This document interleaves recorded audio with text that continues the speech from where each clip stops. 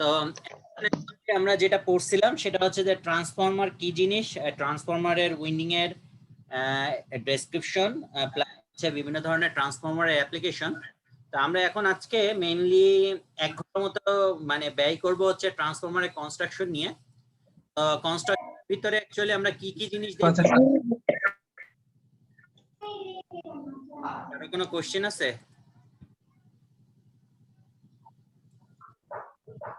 CR যে দুইজন আছো তারা হচ্ছে কন্টিনিউয়াসলি হচ্ছে একটু মনিটরিং, সবাই যেন হচ্ছে ইয়ে করে আর কি, মিউট কারোর থেকে হচ্ছে সাউন্ড আসতেছে।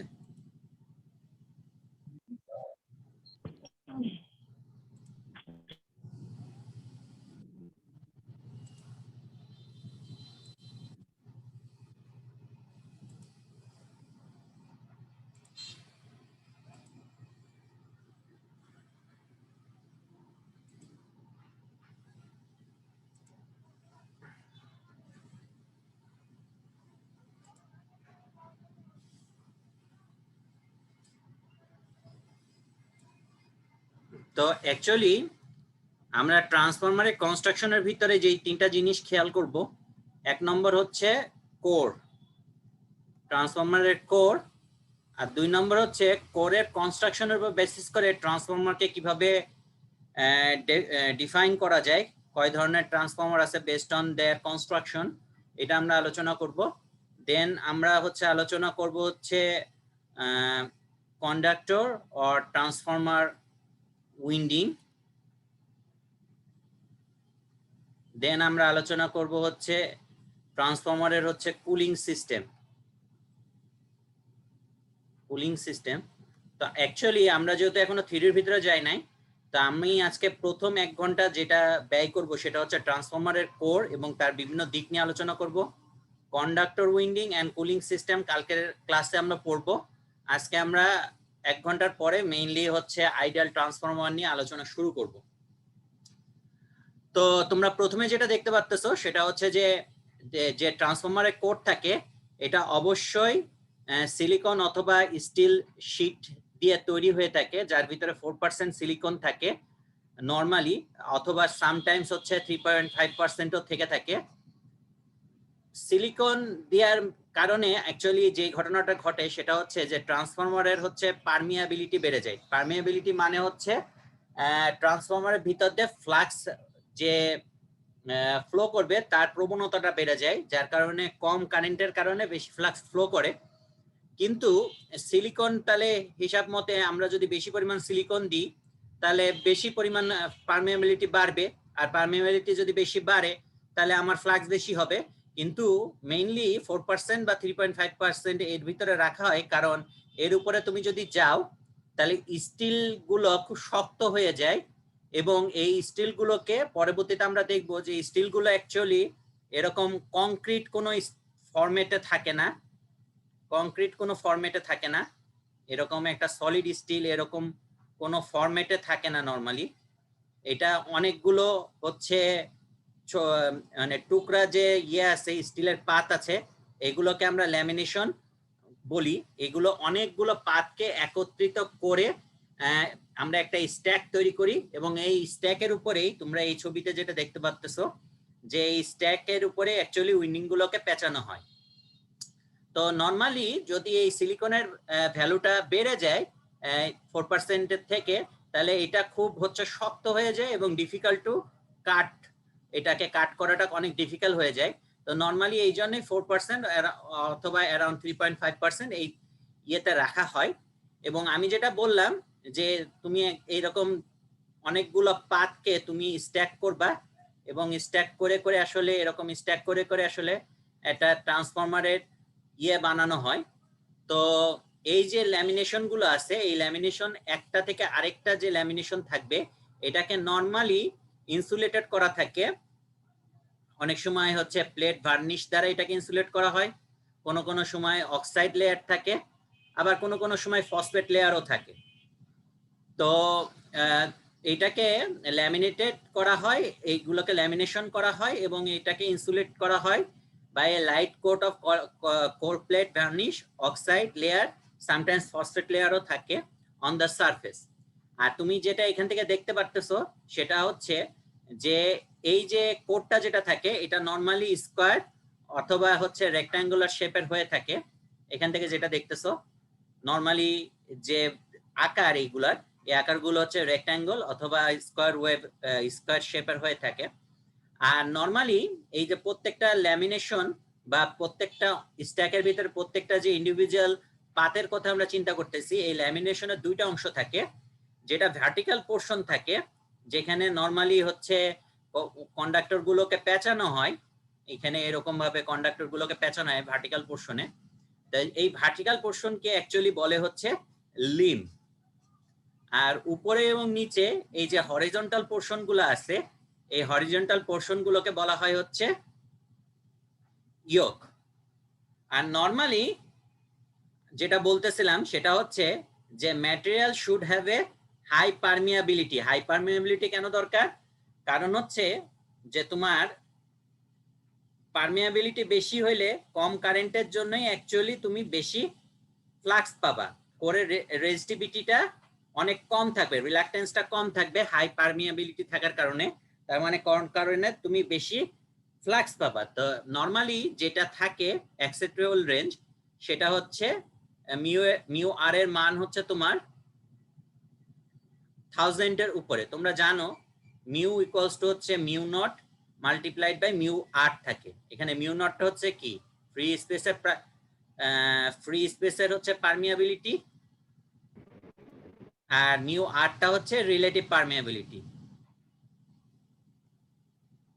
সো তোমরা এখান থেকে বুঝতে পারতেছো যে এই মিউ আর এর মান যদি বেশি থাকে পারমিয়াবিলিটি যেটা আছে সেটা বেশি হবে। পারমিয়াবিলিটি বেশি হইলে কম কারেন্টের কারণে বেশি ফ্লাক্স ফ্লো করবে। তো এটা হচ্ছে আমার একটা কনসিডারেশন, এবং স্ট্যান্ডার্ড ভ্যালু হচ্ছে মিউ আর এর মানটা নরমালি 1000 এর উপরে থাকতে হবে।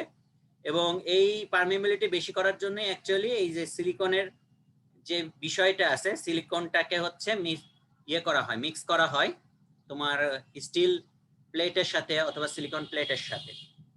আমার কথাটা এতক্ষণ পর্যন্ত সবাই বুঝতে পারছো কিনা? জি স্যার। স্যার মিউ আরটা কি জানি বললেন স্যার? মিউ আরটা হচ্ছে রিলেটিভ পারমিয়াবিলিটি। Okay sir. আর মিউটা হচ্ছে ম্যাটেরিয়ালের পারমিয়াবিলিটি।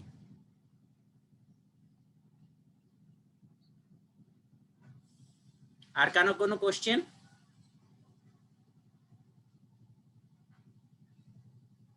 স্যার এখানে রিলেটিভ পারমিয়াবিলিটি বলতে তো ইনস্ট্রুমেন্টারি বা ওই ম্যাটেরিয়ালের পারমিয়াবিলিটি কার সাপেক্ষে এরকম কিছু? হ্যাঁ, মানে যে শূন্য স্পেসে তোমার যে পারমিয়াবিলিটিটা ছিল, যদি এয়ারের কথা চিন্তা করো তাহলে সেখানকার যে পারমিয়াবিলিটি সেখান থেকে হচ্ছে তোমার ওই ম্যাটেরিয়ালের পারমিয়াবিলিটিটা কত গুণ, সেটাই হচ্ছে রিলেটিভ পারমিয়াবিলিটি। তাহলে তো স্যার এক্স্যাক্টলি দাঁড়ায় হচ্ছে, আমি যদি মিউ আর কে ডিফাইন করতে চাই তাহলে হচ্ছে mu m by mu nought. তাহলে মিউ নট কেটে গেলে শুধু মিউ এম থাকলো, মানে ম্যাটেরিয়ালের পারমিয়াবিলিটি থাকলো, এরকম কি স্যার? না, মিউ যেটা আছে মিউ আরটা হচ্ছে অ্যাকচুয়ালি একটা হচ্ছে মাল্টিপ্লাইং ফ্যাক্টর। এটাকে রিলেটিভ পারমিয়াবিলিটি বললো, এটা হচ্ছে অ্যাকচুয়ালি মিন করে কত গুণ, বুঝছো? তোমার এই মিউ এর তো একটা একক আছে, মিউ আরটা হচ্ছে জাস্ট হচ্ছে একটা মাল্টিপ্লাইং ফ্যাক্টর। 1000 হইতে পারে, 50 হইতে পারে, 250 হইতে পারে, এই ধরনের জিনিস। আমার কথাটা কি বুঝতে পারতেছো কিনা? জি স্যার। স্যার আমরা এভাবে বলতে পারি না, মিউ আর যেহেতু কত গুণ, তার মানে অবশ্যই mu m by mu nought মানে ম্যাটেরিয়ালের পারমিয়াবিলিটি বাই হচ্ছে স্পেসের পারমিয়াবিলিটি। তো হয়, তো সেক্ষেত্রে তোমার এখানে মিউ ওভার যদি মিউ নট করো তাহলে এটার একক তো পরস্পর কি হয়ে যাবে, ক্যান্সেল হয়ে যাবে, তাই না? এখানে যে মিউ আরটা থাকবে সেখানে কি আর এখানে কোনো একক থাকবে? এটা কি হবে, একটা সংখ্যা হবে জাস্ট, তাই নয় কি?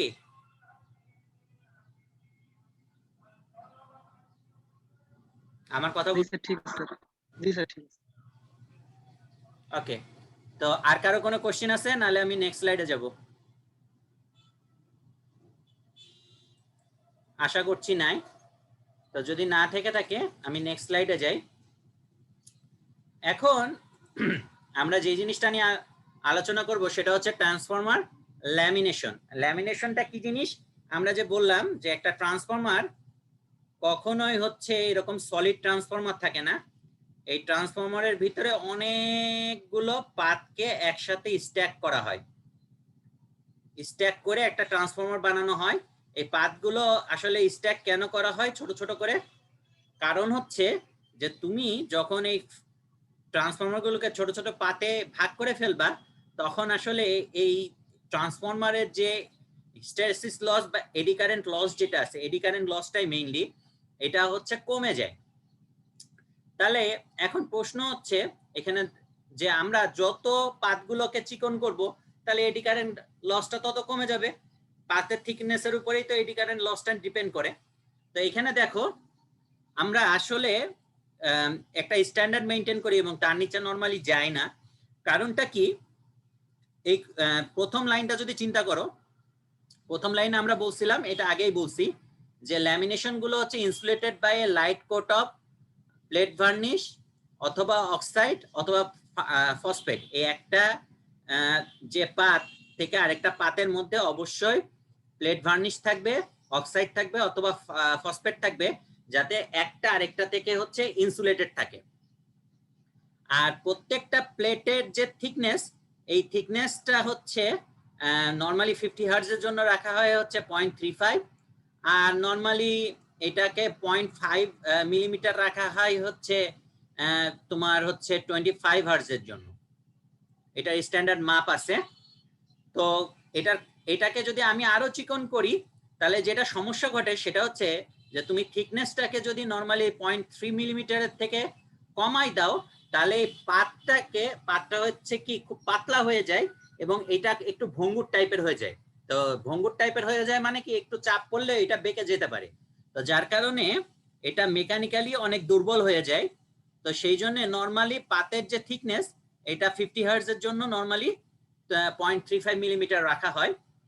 অ্যাকসেপ্টেবল যে রেঞ্জটা আছে, অ্যাকসেপ্টেবল রেঞ্জটা হচ্ছে 0.33 থেকে 0.5 মিলিমিটার পর্যন্ত। তবে টেকনোলজি যেহেতু এখন অনেক ইমপ্রুভ করছে, তো এই জন্য নতুন নতুন স্টিল তৈরি হচ্ছে এবং তুমি এই জন্য দেখা যাচ্ছে যে cold rolled grain oriented high big grade type যদি স্টিল ইউজ করো, তাহলে সেক্ষেত্রে এটার থিকনেস তুমি 0.25 পর্যন্ত নামতে পারো মিলিমিটার। এবং normally spiral type of code যেগুলো থাকে, এগুলোতে নরমালি এরকম কোল রোল গ্রেইন টাইপের যে স্টিলগুলো আছে, এই স্টিলগুলো ইউজ করা হয়ে থাকে। তাই এগুলো কি জিনিস, এটা স্পাইরাল কোড ট্রান্সফরমারটা কি জিনিস এটা আমরা একটু পরে আসতেছি।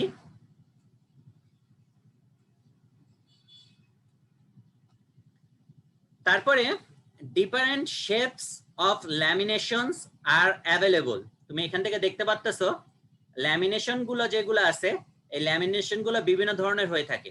ফর এক্সাম্পল ই এবং আই টাইপ হইতে পারে, ই বাই ই হইতে পারে, এল এবং ইনভার্স এল এই টাইপের হইতে পারে, ইউ এবং আই টাইপের হইতে পারে, অথবা এখানে আরেকটা টাইপ আছে যেটা ও টাইপ হইতে পারে, এটাকে ও টাইপ বলে, ও টাইপ ট্রান্সফর্ম ল্যামিনেশন হইতে পারে। এখন নরমালি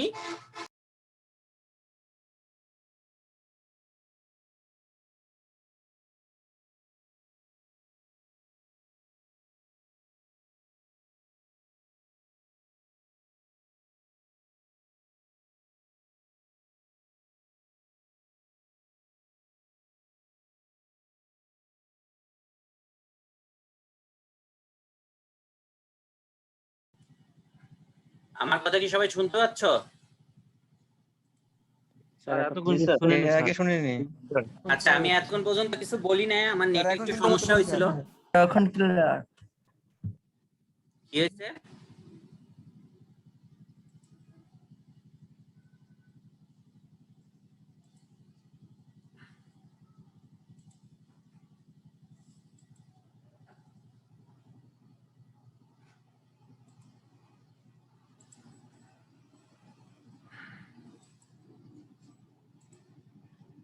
আচ্ছা, আমার স্ক্রিন এখন সবাই দেখতে পাচ্ছ নাকি? আমার নেটে সম্ভবত একটু সমস্যা হয়েছিল।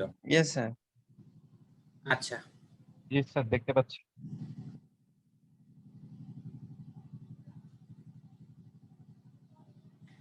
আচ্ছা, তো আমরা যেটা বলতেছিলাম যে ল্যামিনেশন গুলো যেগুলো আছে এগুলো বিভিন্ন শেপের হইতে পারে। ই শেপ হইতে পারে, তার সাথে আইটাকে আমি জয়েন দিয়ে একটা কোড তৈরি করতে পারি, অথবা ই বা ই এর সাথে ইও দিতে পারি। এল টাইপ এবং ইনভার্স এল টাইপ এই দুটাকে যোগ করে আমি ল্যামিনেশন করতে পারি। আবার ইউ টাইপ আছে, তার সাথে আই কে যোগ করেও আমি হচ্ছে কোডটাকে বানাইতে পারি, অথবা একটা নতুন টাইপ দিয়ে কোড বানাইতে পারি যেটাকে আমি বলতেছি নরমালি ও টাইপ। তো প্রথমেই আমার কাছে তাহলে প্রশ্ন আসতে পারে যে আমি প্রত্যেকটা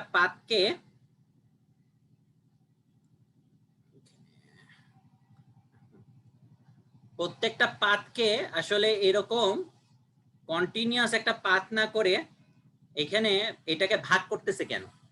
তো নরমালি যে ঘটনাটা ঘটে সেটা হচ্ছে, তুমি এখানে দেখতে পারতেছো এই ছবিতে, এই ছবিটা হচ্ছে বিএল থ্রেজার থেকে নেওয়া। তোমার কন্ডাক্টর যেগুলো আছে এই কন্ডাক্টর গুলোর টার্নস সংখ্যা কতগুলো হবে এগুলো আগে থেকে ডিফাইন থাকে, এবং প্রত্যেকটা কন্ডাক্টরের যদি সার্কুলার কন্ডাক্টর হয় তাহলে তার রেডিয়াস কত হবে, কতগুলো টার্ন থাকবে, ইনসুলেশন কিভাবে হবে, সবকিছু আগে থেকে ডিফাইন থাকে। তা নরমালি কন্ডাক্টর গুলোকে আগে তৈরি করা হয়, এবং কন্ডাক্টর গুলোকে আগে যেহেতু তৈরি করা হয় তখন এই কন্ডাক্টর গুলোর মাঝখানে করা হয় কি, এই যে পোর্শন যেগুলো আছে এই পোর্শন গুলোকে হচ্ছে ঢুকানো হয়। যেমন তুমি দেখতেছো যে একটা এল শেপকে এইদিকে ঢুকানো হয়েছে, আর অপোজিট ডাইরেকশনে হচ্ছে আরেকটা এল শেপকে ঢুকানো হয়েছে। ঢুকায় নরমালি এই প্রান্তটাকে এই প্রান্তে হচ্ছে জয়েন দেওয়া হয়, এবং এই প্রান্তটাকে এই প্রান্তে জয়েন দেওয়া হয়। তো এই যে জয়েন্ট, এই জয়েন্ট গুলোকে নরমালি বাট জয়েন্ট বলে। এবং বাট জয়েন্ট গুলো যেটা থাকে নরমালি তুমি চিন্তা করতে পারতেছো যে যদি এইটাকে তুমি সামনাসামনি দেখো তাহলে এই জিনিসটা দেখতে অনেকটা হচ্ছে, এখানে এল টাইপ যেহেতু আছে এখানে এরকম একটা দাগ থাকবে, এটা হচ্ছে প্রথম এলটা এরকম থাকবে, আর এটা হচ্ছে পরের এলটা। তো তুমি এখানে একটা বাট জয়েন্ট দিছো, তো বাট জয়েন্ট দিলে এখানে তুমি যাই জয়েন্ট দাও না কেন এখানে একটা ইয়ার গ্যাপ থাকবে। এখন পরবর্তীতে যদি সেম তুমি আরেকটা সিমিলার জিনিস যদি হচ্ছে এর পরের স্ট্যাকে দাও তাহলে হবে কি, এইখানে সব জায়গায় ইয়ার গ্যাপটা থেকেই যাবে কন্টিনিউয়াসলি। তুমি যতগুলো স্ট্যাক দেবা প্রত্যেকটাতে এখানে একটা ইয়ার গ্যাপ থেকেই যাবে। ইয়ার গ্যাপ থাকলে সমস্যা কি, ইয়ার গ্যাপ মানে হচ্ছে বাধা, আমার ফ্লাক্স চলতে বাধার সৃষ্টি হয়। তো নরমালি যেটা করা হয় সেটা হচ্ছে যে তুমি যদি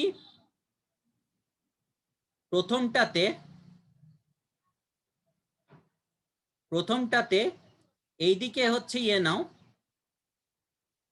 বাট জয়েন্ট নাও, তাহলে পরেরটা এখান থেকে ছবিতে দেখতে পাচ্ছ দুইটা কিন্তু উল্টা, একটা এই পাশটাকে উল্টায় এই পাশে নেওয়া হয়েছে, আর এই পাশটাকে উল্টায় এই পাশে নেওয়া হয়েছে, যাতে বাট জয়েন্টটা এইখানে থাকে আর এইখানে থাকে। এইটার ক্ষেত্রে কিন্তু এই পাশে ছিল আর নিচে ছিল, আর এইটার ক্ষেত্রে এই পাশে এবং এই পাশে। তার মানে পরেরটা যখন যাচ্ছ, পরের ল্যামিনেশনটা যখন এখানে লাগাচ্ছ তখন কিন্তু আর এইখানে তোমার ইয়ার গ্যাপটা থাকছে না, ইয়ার গ্যাপটা থাকছে এইখানে আর এই জায়গাটায়।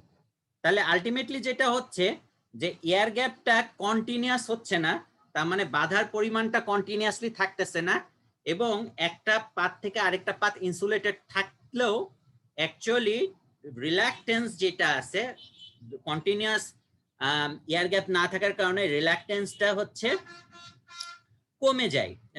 তো যদি কন্টিনিউয়াস এয়ার থাকতো যেটা আমি এখানে বললাম, এই ক্ষেত্রে অ্যাকচুয়ালি তোমার রিল্যাক্টেন্সের পরিমাণটা অনেক বেশি থাকতো, কিন্তু এইটা আমি অল্টারনেট ওয়েতে করতেছি বলে অ্যাকচুয়ালি আমার হচ্ছে এয়ার গ্যাপটা কন্টিনিউয়াস হইতে পারতেছে না, যার কারণে রিল্যাক্টেন্সের পরিমাণটাও বাড়তে পারতেছে না, যেটা আমি পরবর্তীতে তোমাদেরকে আবার দেখাচ্ছি। তো এখানে যেটা বলতেছিলাম যে different shapes of laminations are available and butt joints are staggered to avoid narrow gaps and put in alternate layers, যে কথাটা আমি এতক্ষণ পর্যন্ত বললাম। এই স্লাইডে কারোর কোনো সমস্যা আছে কিনা আমাকে একটু বলো, নাহলে আমি নেক্সট স্লাইডে যাব।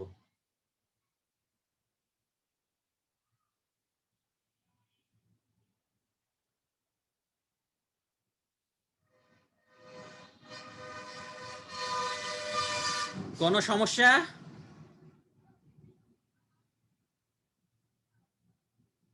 সবাই কি না স্যার, সমস্যা নাই স্যার। আচ্ছা, ভালো। তো সিমিলারলি আমি যে কথাটা বলতেছিলাম, তো সেই কথাটা আসলে এখানে আরো পরিষ্কার হবে তোমাদের।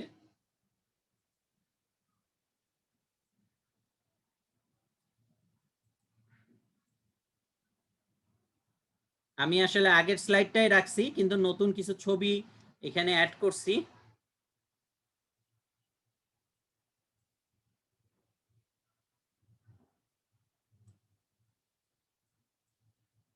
দেখো, দুইটা এল শেপকে তুমি যদি লাগাও, পরের এল শেপটাকে তুমি উল্টাভাবে লাগাইছো, তাহলে এখানে তুমি যেটা দেখতেছো যে তুমি দেখো একটার পরে একটা অল্টারনেট মাঝে তার ভিতরে হচ্ছে উল্টা দিকে বার জয়েন্ট গুলো লাগানো হয়েছে, যাতে এয়ার গ্যাপটা কন্টিনিউয়াস হইতে না পারে।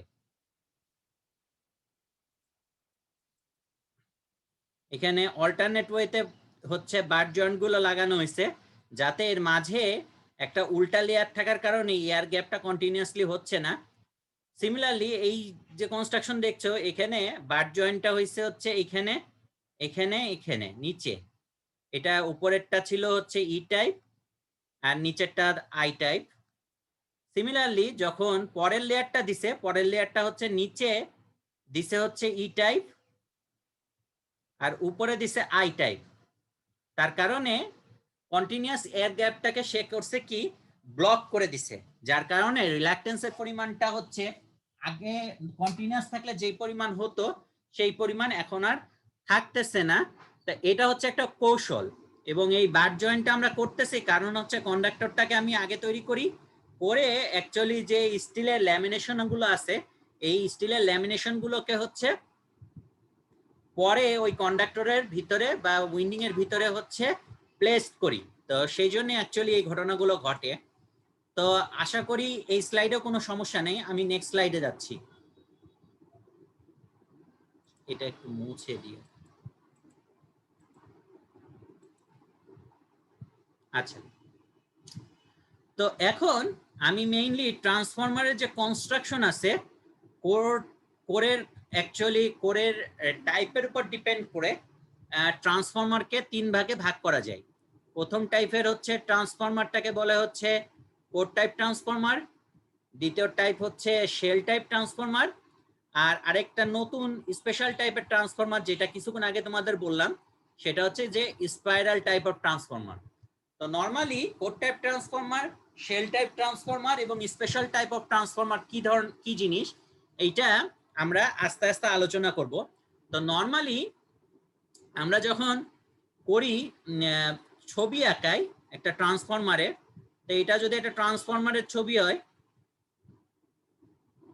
এখানে ধরো আমি হচ্ছে প্রাইমারি উইন্ডিং দিচ্ছি, তো প্রাইমারি উইন্ডিং দিলে দেখায় যে সব কয়টা প্রাইমারি উইন্ডিং এরকম আছে,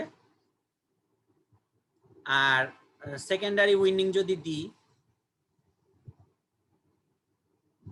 তাহলে সেকেন্ডারি উইন্ডিং দেখায় যে সবগুলা এইখানে আছে। তো নরমালি যেটা ঘটে সেটা হচ্ছে যে এরকম যদি হয়, একটা উইন্ডিং এর পুরোটা যদি একটা লিম্বের উপরে থাকে এবং অপর উইন্ডিং এর পুরোটা যদি আরেকটা লিম্বের উপরে থাকে, তাহলে নরমালি হয় কি যে এখান থেকে যে ফ্লাক্সটা তৈরি হয় এই কারেন্টের জন্য, এই ফ্লাক্সের সবটুকু অ্যাকচুয়ালি সেকেন্ডারিকে কাট করে না, কিছুটা শুধুমাত্র ওই উইন্ডিং এর ভিতরেই থাকে, যেটাকে আমরা লিকেজ ফ্লাক্স বলি। সিমিলারলি সেকেন্ডারি কারেন্টের জন্য যে ফ্লাক্সটা তৈরি হয় সেটা পুরোপুরি অ্যাকচুয়ালি প্রাইমারিকে কাট করে না, কিছুটা লিকেজ ফ্লাক্স থাকে। তো এই লিকেজ ফ্লাক্স থাকলে অসুবিধাটা কি, লিকেজ ফ্লাক্স থাকলে যেটা অসুবিধা সেটা হচ্ছে যে এই লিকেজ ফ্লাক্সের কারণে আসলে লিকেজ রিঅ্যাকটেন্স তৈরি হয়, যেটা আমরা পরবর্তীতে আলোচনা করব। তো নরমালি এই জিনিসটাকে অ্যাভয়েড করার জন্য যে জিনিসটা করা হয় সেটা হচ্ছে যে বেসিক্যালি কোর টাইপ ট্রান্সফরমারে, যদি এটা একটা কোর টাইপ ট্রান্সফরমার হয়, তো কোর টাইপ ট্রান্সফরমারে করা হয় কি, লো সাইড উইন্ডিং এর হাফ পোর্শন এইদিকে পেঁচানো হয়, পেঁচায়ে এটার একটা আলাদা পোর্শন হচ্ছে সেকেন্ডারিতে পেঁচানো হয়। মানে যে উইন্ডিং আছে প্রাইমারি সাইডে যে উইন্ডিং ছিল সেটাকে অর্ধেক করে অর্ধেকটা একটা লিম্বের উপরে এবং সেকেন্ড অর্ধেকটা হচ্ছে সেকেন্ড লিম্বের উপরে রাখা হয়। এবং সিমিলারলি হাই, এটা যদি লো সাইডের কথা চিন্তা করি, হাই সাইডের কথা যদি চিন্তা করি, তাহলে হাই সাইডের উইন্ডিংও হচ্ছে প্রথম লিম্বের উপরে অর্ধেক এবং সেকেন্ড লিম্বের উপরে অর্ধেক রাখা হয়। এটা সুবিধা হচ্ছে, এবং এই উইন্ডিং গুলো নর্মালি করা হয় কি, কোর থাকে, কোরের পরে হচ্ছে এটার উপরে লো ভোল্টেজ উইন্ডিংটাকে পেঁচানো হয় ইনসুলেশন দিয়ে, এবং লো সাইডের উপরে আবার ইনসুলেশন দিয়ে হাই সাইডটাকে পেঁচানো হয়, যেটা তোমরা এই যে এই ছবিতে দেখতে পারতেছো। আমার কথা কি বোঝা যাচ্ছে? যে দেখো প্রথমে কোর আছে, স্ট্যাক কোর, এই স্ট্যাক কোরের উপরে প্রথমে ইনসুলেশন দিয়ে লো সাইড উইন্ডিংটা আছে, যেটা এটা লো সাইড উইন্ডিং দেয়া আছে, এবং এই লো সাইডের আগে কোরের ভিতরে একটা লো সাইড হচ্ছে ইনসুলেশন দেয়া আছে, এবং তারপরে একটা হাই সাইড ইনসুলেশন দেয়া আছে হাই ভোল্টেজ সাইডের জন্য, এবং তারপরে হচ্ছে হাই ভোল্টেজ উইন্ডিংটাকে হচ্ছে পেঁচানো থাকে। তো এই কাজটা নর্মালি করা হয় যাতে, এখানে দেখো বলা হচ্ছে যে so that we can easily insulate high voltage side winding from the core. আমরা হাই ভোল্টেজ সাইডটাকে যেন কোর থেকে সহজে ইনসুলেট করতে পারি, সেই জন্য অ্যাকচুয়ালি এইটা করা হয়ে থাকে। আর 2 নম্বর হচ্ছে যেটা বলতেছিলাম, যে এই যে লো ভোল্টেজ সাইডের যে ফ্লাক্সটা, এই ফ্লাক্সটার কিছু অংশ আমরা যদি পুরোটাই একটা লিম্বের উপরে রাখতাম, তাহলে কিছু ফ্লাক্স হচ্ছে মিসিং হয়ে যেত, যেটা সেকেন্ডারিতে কাট করতো না।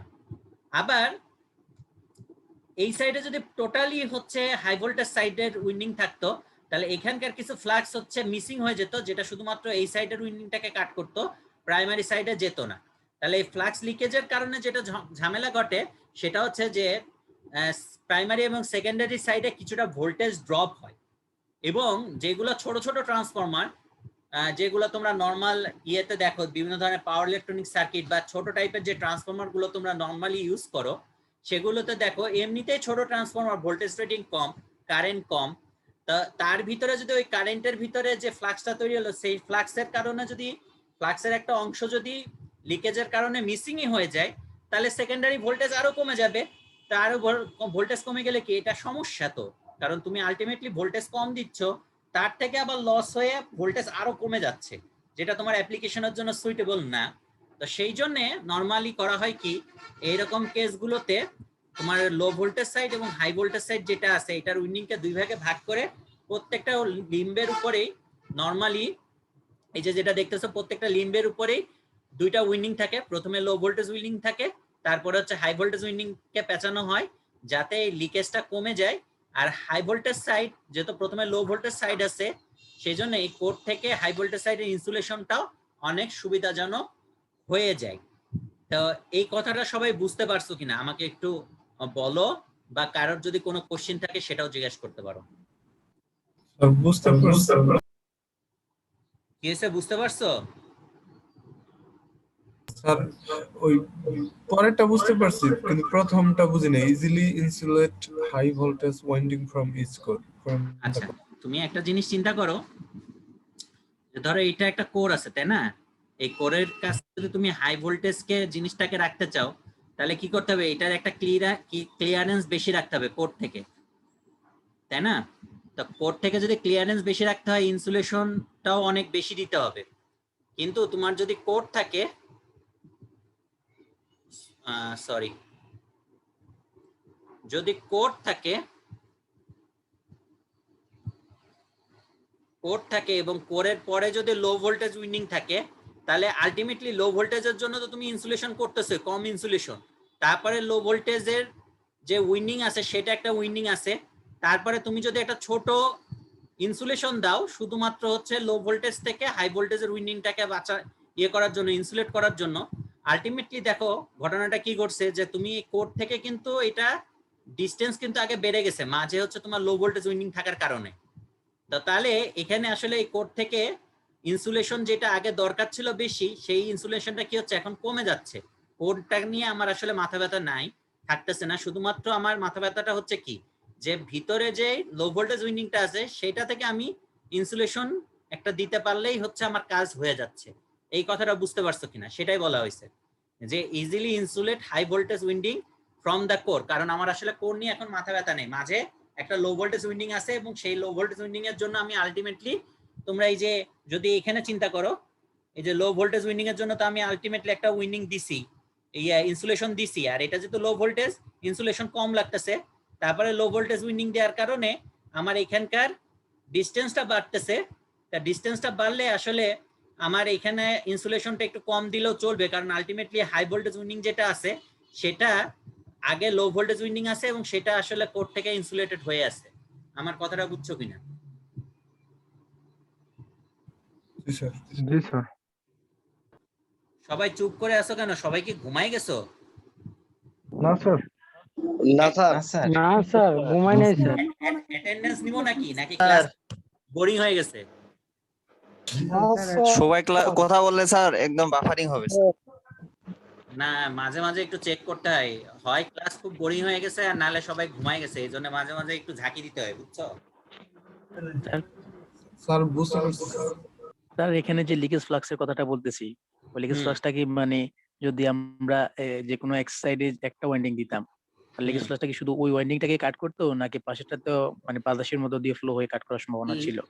লিকেজ মানে হইতেছে, আমি এগুলো নিয়ে আসবো পরবর্তীতে বুঝাবো, কিন্তু আমি আবার যে জিনিসটা তোমাকে বলতেছি সেটা হচ্ছে যে লিকেজ ফ্লাক্স হচ্ছে, সাপোজ তোমার এখানে যদি প্রাইমারি সাইডের কথা যদি চিন্তা করো, তা প্রাইমারি সাইডের ফ্লাক্সের কারণে, কারেন্টের কারণে অ্যাকচুয়ালি যে ফ্লাক্সটা তৈরি হওয়ার কথা সেটা টোটাল সার্কিটের ভিতরে ঘোরার কথা, কিন্তু স্বাভাবিকভাবে তুমি বুঝতেছো যে এখান থেকে কিছু ফ্লাক্স আছে যেটা এই শুধুমাত্র এখান থেকে ঘুরে তার সার্কিটটাকে ক্লোজ করবে, শুধুমাত্র এই উইন্ডিংটাকে কাট করবে, পুরো সার্কিটের ভিতরে ফ্লো করবে না। তো এই ফ্লাক্সটাকে আমি অ্যাকচুয়ালি বলতেছি হচ্ছে লিকেজ ফ্লাক্স। আমার কথাটা বোঝা আচ্ছা, যাচ্ছে? কনফিউশনের কারণটা হচ্ছে স্যার আমরা যখন পড়ছিলাম যে স্যার অ্যাডমিশনের আগে ওই সময় বলছিল লিকেজ ফ্লাক্স হচ্ছে সেগুলাই যেগুলো মানে একটা ওয়াইন্ডিং থেকে আরেকটা ওয়াইন্ডিং এ বাতাসের মধ্যে দিয়ে ফ্লো হয়, মানে ওই আপনার কোরের মধ্যে দিয়ে প্রবাহিত হয় না, এগুলা ওইরকম টাইপ প্রবাহিত করছিলাম আর কি, এই হয় জন্য না, একটু কনফিউশন তুমি লেগে গেছে। বলতেছো হয়। না স্যার, ওই বাতাসের মধ্যে দিয়ে মানে জাস্ট এই সার্কিটটা কমপ্লিট করে আর কি ওরা, যার কারণে সেটা আমাদের হিসেবের ভিতরে আসে না, এরকম একটা পড়া পড়ছিলাম আর কি। হ্যাঁ, তো সেটাই তো হচ্ছে, এটা কি আর কোরের ভিতর দিয়ে যাচ্ছে? তা কোর যদি কোরের ভিতর দিয়ে যদি না যায়, মাঝখানে এই যে জায়গাটা এটা তো বাতাসই, তাই না, ইয়ার, তাহলে এই ফ্লাক্সটা শুধুমাত্র ইয়ারের ভিতরে সার্কুলেট করে আবার নিজের সার্কিটের ভিতরে চলে আসবে। তা তুমি যে জিনিসটা বলছো সেটা তো ঠিকই।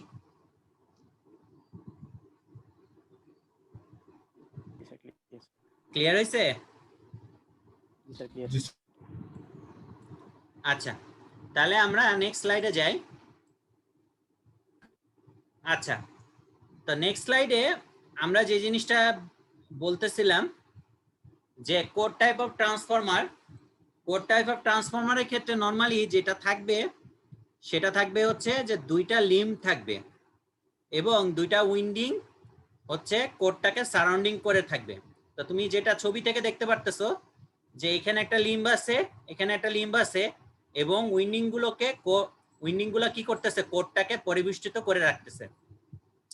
এই কথাটাই ফার্স্ট পয়েন্টে বলা হয়েছে। সিমিলারলি এই ছবিতেও তুমি এবং আগের যে কথাটা বললাম এই কথাটাই এখানে এই ছবিতে দেখানো হয়েছে। দেখো তোমার যে প্রাইমারি সাইডের উইন্ডিং আছে, এই উইন্ডিংটাকে দুইটা ভাগ করে এই একটা লিম্ব এবং সেকেন্ড লিম্বে লাগানো হয়েছে। সিমিলারলি হাই ভোল্টেজ সাইডের যেটা আছে সেটাকেও দুইটা ভাগে ভাগ করে লাগানো হয়েছে, কিন্তু এখানে যে জিনিসটা দেখানো হয় নাই সেটা অ্যাকচুয়ালি এই ফিগারে ক্লিয়ার হয়েছে, যে নরমালি লো ভোল্টেজের উপরে হচ্ছে হাই ভোল্টেজটা থাকবে। এখানে দেখলে মনে হচ্ছে যে নরমালি এটা আইসোলেটেড আছে, কিন্তু এটা আইসোলেটেড না, একটার উপরে আরেকটা আইসোলেশন দিয়ে রাখা হবে। আচ্ছা, নরমালি যেটা হয় কোর টাইপ ট্রান্সফরমারের সেটা হচ্ছে যে কয়েলস গুলো যেগুলো থাকে সেগুলো হচ্ছে সিলিন্ড্রিক্যাল টাইপের হয়, সিলিন্ডার টাইপের হয় with circular, oval or rectangular form. Cylinder form মানে হচ্ছে যে জিনিসগুলো দেখতে হচ্ছে এরকম সিলিন্ডারের মতো, কিন্তু এটা পিওরলি সার্কুলার হইতে পারে অথবা ওভাল টাইপের হতে পারে অথবা রেক্ট্যাঙ্গুলার ফর্মেরও হইতে পারে এরকম। আচ্ছা, normally has longer mean length of core and shorter mean length of coil turn. এটার মানেটা কি? এটার মানে হচ্ছে যে তোমার এখানে নরমালি পরে যখন আমরা শেল টাইপ ট্রান্সফরমারের ক্ষেত্রে যাব, তুমি দেখবা যে এখানে তোমার এই যে সার্কিটটা, এই সার্কিটটাকে যদি আমি একটা ফিগারের মাধ্যমে আঁকাই, এটা আসলে মুছে দিই।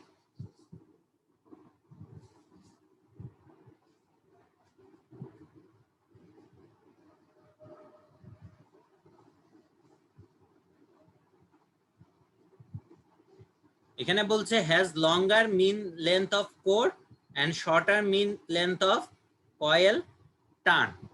তা তোমার নর্মালি যেটা হচ্ছে সেটা হচ্ছে যে এইটার ক্ষেত্রে তুমি কয়েলগুলো যেগুলো আছে এই কয়েলগুলোকে তুমি দুইটা লিম্বে দিয়ে দিতে পারতেছো।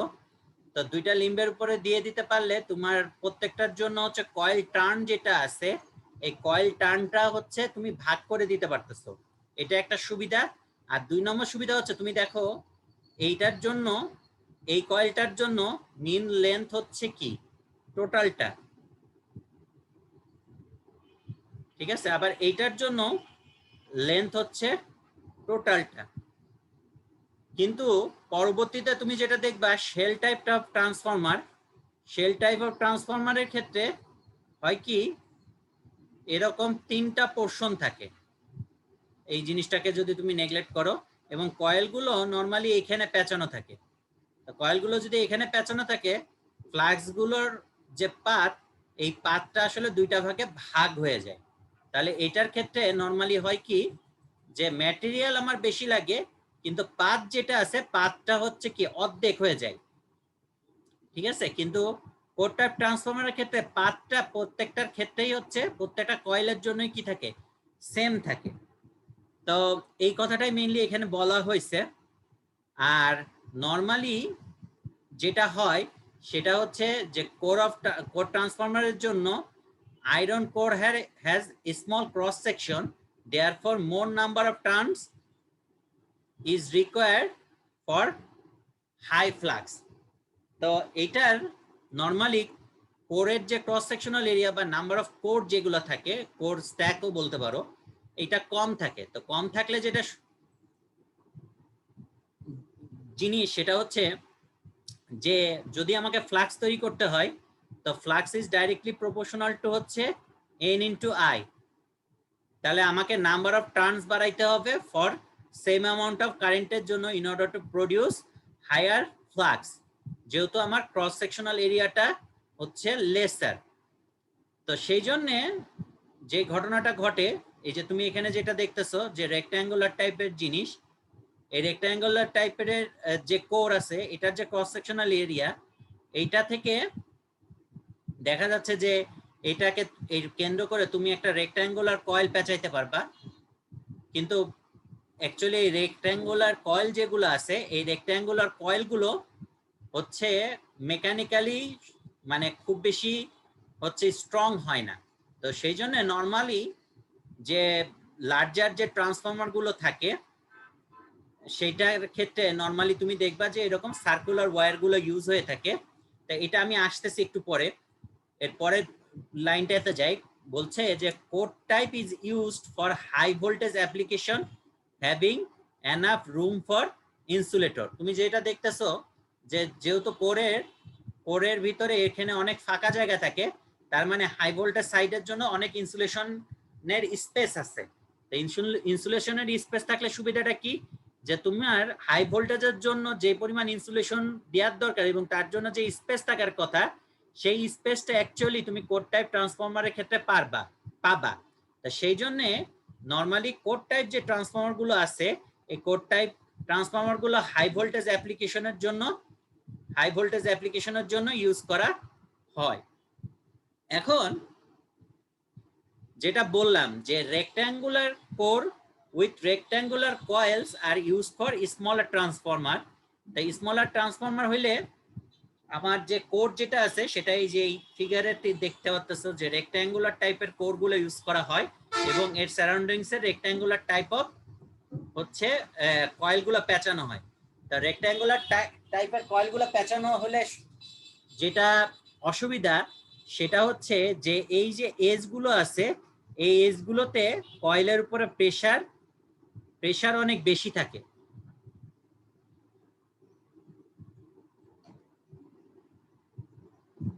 এজগুলোতে কয়েলের উপর প্রেসার অনেক বেশি থাকে। আর 2 নম্বর কথা হচ্ছে যখন কয়েলের ভিতর দিয়ে শর্ট সার্কিট কারেন্ট যায় তখন কারেন্টের মানটা কি হয়, অনেক হাই থাকে।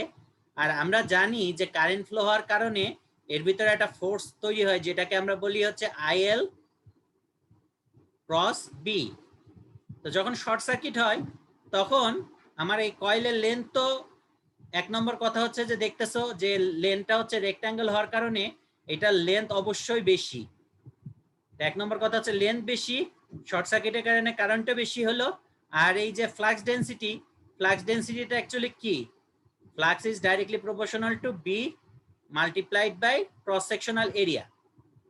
তো ফ্লাক্স যদি কারেন্ট বেশি হয় ফ্লাক্স বেশি হবে, আর ফ্লাক্স যদি বেশি হয় তাহলে ফ্লাক্স ডেন্সিটিও বেশি হবে considering the same amount of cross sectional area. তাহলে এখানে যে ফোর্সটা আছে এই ফোর্সটা অ্যাকচুয়ালি ফোর্সের ইকুয়েশনের ভিতরে যে 3টা টার্ম আছে আই এল এবং বি, এই 3টা জিনিসই কি হচ্ছে বেড়ে যাচ্ছে। তাহলে শর্ট সার্কিটের ক্ষেত্রে ঘটনাটা যেটা ঘটবে সেটা হচ্ছে যে এটার উপরে যে ফোর্স আছে এই ফোর্সটা খুব হাই আসবে, এবং হাই আসলে এটা আনস্টেবল হয়ে যাবে বা ভাইব্রেশন হওয়ার সম্ভাবনা অনেক বেশি থাকে। তো সেই জন্য ছোট ছোট যে ট্রান্সফরমার গুলো আছে সেই ছোট ছোট ট্রান্সফরমারের ক্ষেত্রে এই rectangular core with rectangular coil গুলো ইউজ হয়। কিন্তু লার্জ ট্রান্সফরমারের ক্ষেত্রে অ্যাকচুয়ালি যত রেটিং বাড়তে থাকে দেখতে পাচ্তেছো যে square cruciform, step cruciform are used with duct for cooling purpose. তো এখানে তুমি দেখতেছো যে রেটিং যতই বাড়তেছে এখানে রেক্ট্যাঙ্গুলার টাইপের হচ্ছে কোর ইউজ হয়। রেক্ট্যাঙ্গুলার হলেও দেখবা যে এখানে সাফিসিয়েন্ট অ্যামাউন্ট অফ ফাঁকা জায়গা আছে। ক্রস সেকশনাল এরিয়াটাকে আমি আরেকটু বাড়াইতে পারতাম। ক্রস সেকশনাল এরিয়া আমি বাড়াইতে যাচ্ছি কেন, যে ক্রস সেকশনাল এরিয়া আমি যতই বাড়াইতে পারবো আমার রিল্যাকটেন্স করে তত কমে যাবে।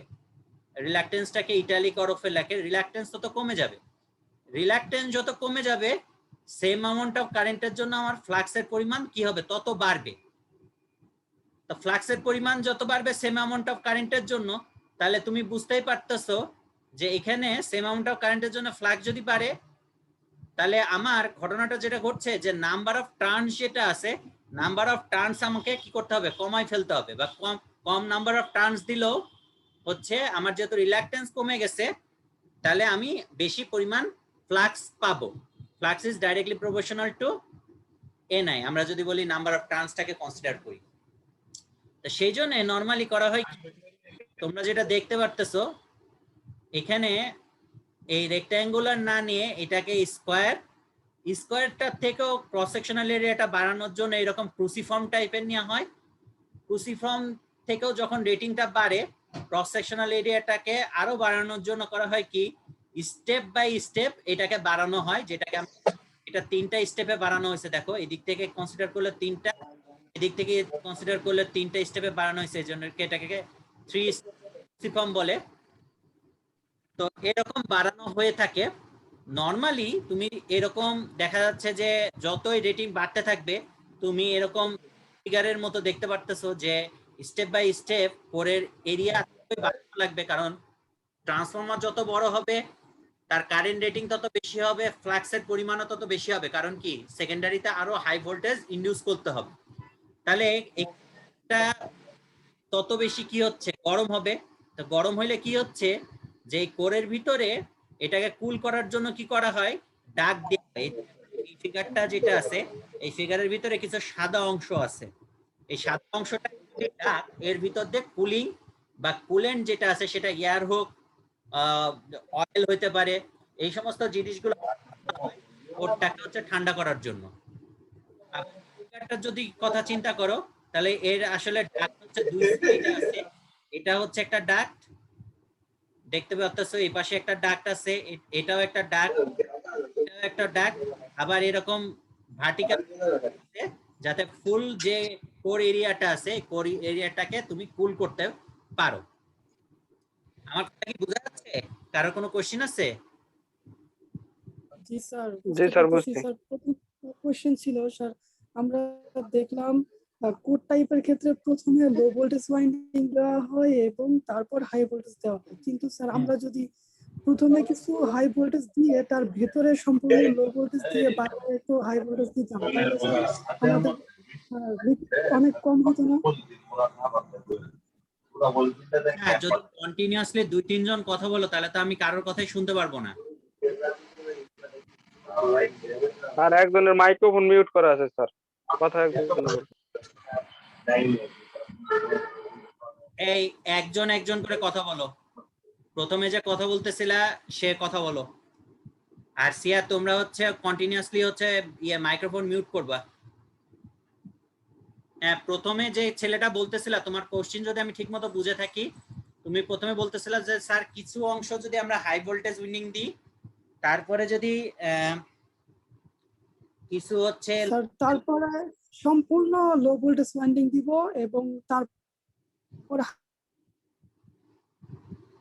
তারপরে তুমি আবার হাই ভোল্টেজ উইন্ডিং দিবা, তাই বলতে যাচ্ছ? স্যার আমি হাই ভোল্টেজের মাঝখানে পুরোপুরি লো ভোল্টেজ। তাতে তাতে তোমার লাভটা কি? তোমার তো প্রথম হাই ভোল্টেজের সাথে মাঝের তুমি যদি এখানে একটা আছে ধরো কোর আছে, কোরের প্রথমে তুমি হচ্ছে হাই ভোল্টেজ দিলা, তারপরে তুমি হচ্ছে লো ভোল্টেজ দিলা, তারপরে হচ্ছে তুমি আবার হাই ভোল্টেজ দিলা, তাতে লাভটা কি? লাভটা স্যার এটা আমার হচ্ছে যে তোমার লিকেজ এখানে অনেক কম হয়ে যাবে না স্যার? কি অনেক কম হয়ে যাবে? Leakage flux. না, তোমার কথাটা সঠিক না। লিকেজ ফ্লাক্সটা অ্যাকচুয়ালি ডিপেন্ড করে কিসের উপরে, সেই জিনিসগুলো আসলে আমরা পরে আরো আসবো। তোমার একটার উপরে আরেকটা দেয়া হয়েছে যাতে একটা উইন্ডিং এর ফ্লাক্স আরেকটা উইন্ডিং এর ফ্লাক্সকে কাট করে। তা তোমার মাঝখানে যে তুমি যদি লো ভোল্টেজ উইন্ডিং দাও তাহলেই যে লিকেজ ফ্লাক্সটা বেশি হয়ে যাবে, তোমার এই কনসেপ্টটা ঠিক নাই। এই জিনিসটা যেটা আমি বলতে যাচ্ছিলাম সেটা হচ্ছে যে তোমার লিকেজ ফ্লাক্স যেটা আছে সেটা তো এয়ারের ভিতর দিয়ে এসে, আচ্ছা এটা ছবি একাই তোমাকে বলি। ধরো হচ্ছে এটা হচ্ছে আমার একটা ম্যাগনেটিক কোর, এইখানে তোমার একটা উইন্ডিং আছে, অনেকগুলো উইন্ডিং পেঁচানো আছে সাপোজ। তাই এর ভিতর দিয়ে তোমার কারেন্ট যাওয়ার কারণে যে ফ্লাক্সটা তৈরি হইলো সেই ফ্লাক্সটাই তো অ্যাকচুয়ালি এয়ারের ভিতর দিয়ে এসে এইভাবে কাট করছে, তাই তো? এইটার পরে যদি তুমি একটা হাই ভোল্টেজ উইন্ডিং রাখো এবং এই কোরের ভিতর দিয়ে এই হাই ভোল্টেজ উইন্ডিংটা তো আসলে কোরটাকে কেন্দ্র করে পেঁচানো আছে, সো এই যে লিকেজ ফ্লাক্সটা আছে এই লিকেজ ফ্লাক্সটা অ্যাকচুয়ালি এখন তোমার যে প্রাইমারি উইন্ডিং, প্রাইমারি ভিতরে যে লো ভোল্টেজ উইন্ডিং আছে এবং হাই ভোল্টেজ উইন্ডিং আছে দুইটাকে কি করবে? কাট করবে। ঠিক আছে? তো লিকেজ অ্যাকচুয়ালি ভিতরে লো ভোল্টেজ উইন্ডিং এবং বাইরে হাই ভোল্টেজ উইন্ডিং রাখলেই অ্যাকচুয়ালি লিকেজের যে সমস্যাটা ছিল সেই সমস্যাটাই অলমোস্ট ক্লিয়ার হয়ে যাবে। আমার কথাটা তুমি ক্লিয়ার হইলা কিনা? কিন্তু তুমি যদি তোমার আগের ঘটনাটা ঘটাও তাহলে কি হচ্ছে যে তোমার লিকেজ যেটা আছে লিকেজের সমস্যা এখানেও যেভাবে সলভ হইতো এখানেও সেম ভাবেই সলভ হবে, কিন্তু এইটার ক্ষেত্রে হচ্ছে কি প্রথমে তুমি ভিতরে একটা, আমার অ্যারো কি সবাই দেখতে পারতেছো?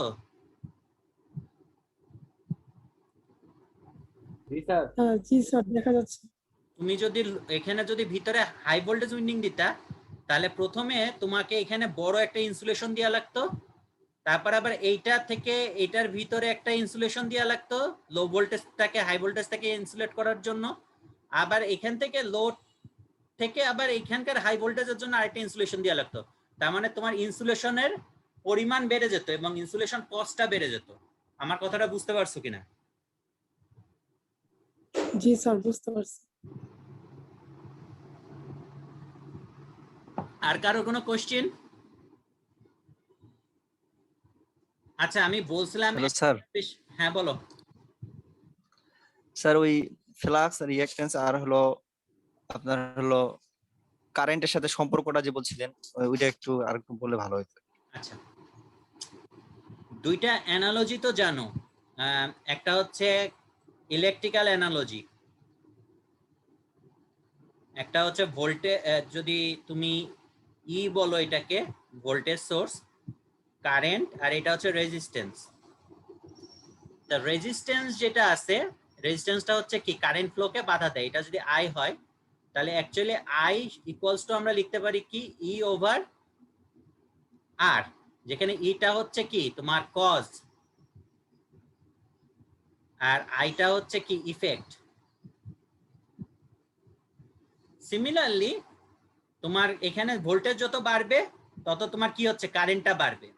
তো সিমিলারলি আমি যেটা বলতেছিলাম যে তুমি যদি ফ্লাক্সের কথা চিন্তা করো তাহলে ম্যাগনেটিক সার্কিটের কথা চিন্তা করো, তাহলে ম্যাগনেটিক সার্কিটের ক্ষেত্রে ইকুইভ্যালেন্ট সার্কিট যদি আঁকি ইলেকট্রিক্যালের ইকুইভ্যালেন্ট, তাহলে এখানে একটা ম্যাগনেটোমোট লাগবে, ফোর্স লাগবে, যেটা হচ্ছে তোমার কজ। সেই ফোর্সটাকে আমরা বলতেছি N into I. N into I দিলে অ্যাকচুয়ালি সার্কিটের ভিতরে যেই জিনিসটা ফ্লো হবে সেটা হচ্ছে ফ্লাক্স, যেটাকে আমি বলতেছি ফাই। আর এই ফ্লাক্সটাকে বাধা দেওয়ার জন্য অ্যাকচুয়ালি ম্যাটেরিয়ালের একটা ইম্পিডেন্স থাকে, যেটাকে আমরা বলতেছি রিল্যাকটেন্স আর। তাহলে ফ্লাক্সের যে ইকুয়েশন, এই ফ্লাক্সের ইকুয়েশনটাকে আমরা লিখতে পারি N I over R reluctance. যদি এই দুটাকে কম্পেয়ার করি তাহলে অ্যাকচুয়ালি অ্যানালজিক্যালি আই ইলেকট্রিক্যাল সার্কিটে যা, ফ্লাক্স হচ্ছে ম্যাগনেটিক সার্কিটের ক্ষেত্রে তাই। ই হচ্ছে ইলেকট্রিক্যাল সার্কিটের জন্য যা, এনআইটা হচ্ছে অ্যাকচুয়ালি ম্যাগনেটিক সার্কিটের জন্য তাই। এবং রেজিস্ট্যান্সটা হচ্ছে ইলেকট্রিক্যাল সার্কিটের জন্য যা, রিল্যাকটেন্সটা হচ্ছে ম্যাগনেটিক সার্কিটের জন্য তাই। তা আমি যেটা বলতেছিলাম যে তোমার কোরের এরিয়া যত বেড়ে যাবে, সিমিলারলি রেজিস্ট্যান্সের ইকুয়েশন কি লেখো? রেজিস্ট্যান্সের ইকুয়েশন জানো কি? রো এল বাই এ। এটা হচ্ছে কি cross sectional area. Cross sectional area যত বেশি হবে তোমার রেজিস্ট্যান্সের মানটা তত কি হয়ে যাবে? কমে যাবে। সিমিলারলি আমি যেহেতু বললাম যে অ্যানালজিক্যাল ম্যাগনেটিক সার্কিটের ক্ষেত্রে রিল্যাকটেন্স যেটা আছে, এই রিল্যাকটেন্সটা অ্যাকচুয়ালি ডিপেন্ড করে হচ্ছে ইনভার্সলি প্রপোর্শনাল টু কোরের ক্রস সেকশনাল এরিয়ার উপরে। তো কোরের ক্রস সেকশনাল এরিয়া যত বেড়ে যাবে ততই কি হবে? রিল্যাকটেন্সের মানটা কমে যাবে। আর রিল্যাকটেন্সের মানটা যতই কমে যাবে সেম অ্যামাউন্ট অফ কারেন্টের জন্য এবং নাম্বার অফ টার্নসের জন্য আমার ফ্লাক্সের পরিমাণ তত কি হবে? বেশি হবে। তো সেই জন্য বাড়া যাবে স্যার। কি বুঝতে পারছো? জি স্যার বুঝতে পেরেছি। আচ্ছা, তাহলে আমি পরের স্লাইডে যাই। কি ক্লাস কি সবার খুব বোরিং লাগতেছে? না স্যার। না স্যার। না স্যার। স্যার হ্যাঁ, বলেন বলো। না স্যার।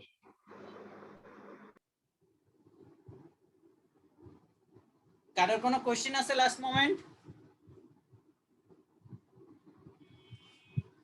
আচ্ছা, তাহলে আমি পরের স্লাইডে যাই। তো পরের স্লাইডে আমরা সেল টাইপ কনস্ট্রাকশন নিয়ে কথা বলবো। তো সেল টাইপ কনস্ট্রাকশনের ক্ষেত্রে আসলে আগে ছবি যেটা আঁকাইছি, প্রথমটার ক্ষেত্রে হয় কি যে এরকম ট্রান্সফরমার যেটা আছে, এই ট্রান্সফরমারকে এই যে কোর আছে বা যেটাকে লিম্ব আছে বলতেছো, লিম্বটাকে আসলে কি করে? কয়েলটা সারাউন্ড করে থাকে বা পেঁচায় রাখে। কিন্তু কোর টাইপ ট্রান্সফরমারের ক্ষেত্রে তুমি দেখতে পাচ্তেছো যে মাঝের যে লিম্ব আছে এই লিম্বে কয়েল পেঁচানো থাকে এবং কয়েলের সারাউন্ডিংসে আসলে কি থাকে? আরো হচ্ছে তোমার যে কি বলে স্টিলের যে শীট খালি থাকে। এই শীটগুলো হচ্ছে কি করে? কয়েলটাকে হচ্ছে সারাউন্ড করে থাকে। তো এটা হচ্ছে অ্যাকচুয়ালি বেসিক ডিফারেন্স হচ্ছে কোর টাইপ এবং সেল টাইপের জন্য। আর যেটা হচ্ছে যে সেল টাইপের ক্ষেত্রে দেখো ম্যাগনেটিক সার্কিট ছিল একটা, এটাই ছিল ম্যাগনেটিক সার্কিট। কিন্তু কোর টাইপের ক্ষেত্রে ম্যাগনেটিক সার্কিট হচ্ছে দুইটা, এখান দিয়ে একটা সার্কিট হবে, এখান দিয়ে আরেকটা সার্কিট হবে। এবং ফ্লাক্স যেটা আছে এই ফ্লাক্সটা অ্যাকচুয়ালি দুইটা ভাগে ভাগ হবে, যেটা তুমি এখান থেকে দেখতে পারতেছো।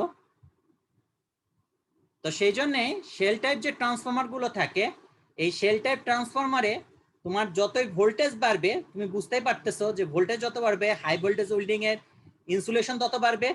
আর ইনসুলেশন যত বাড়বে তো এই জিনিসটাকে তত বেশি কি করতে হবে? ওয়াইড করতে হবে। তাহলে ট্রান্সফরমারের সাইজ তত কি হবে, বড় হইতে থাকবে।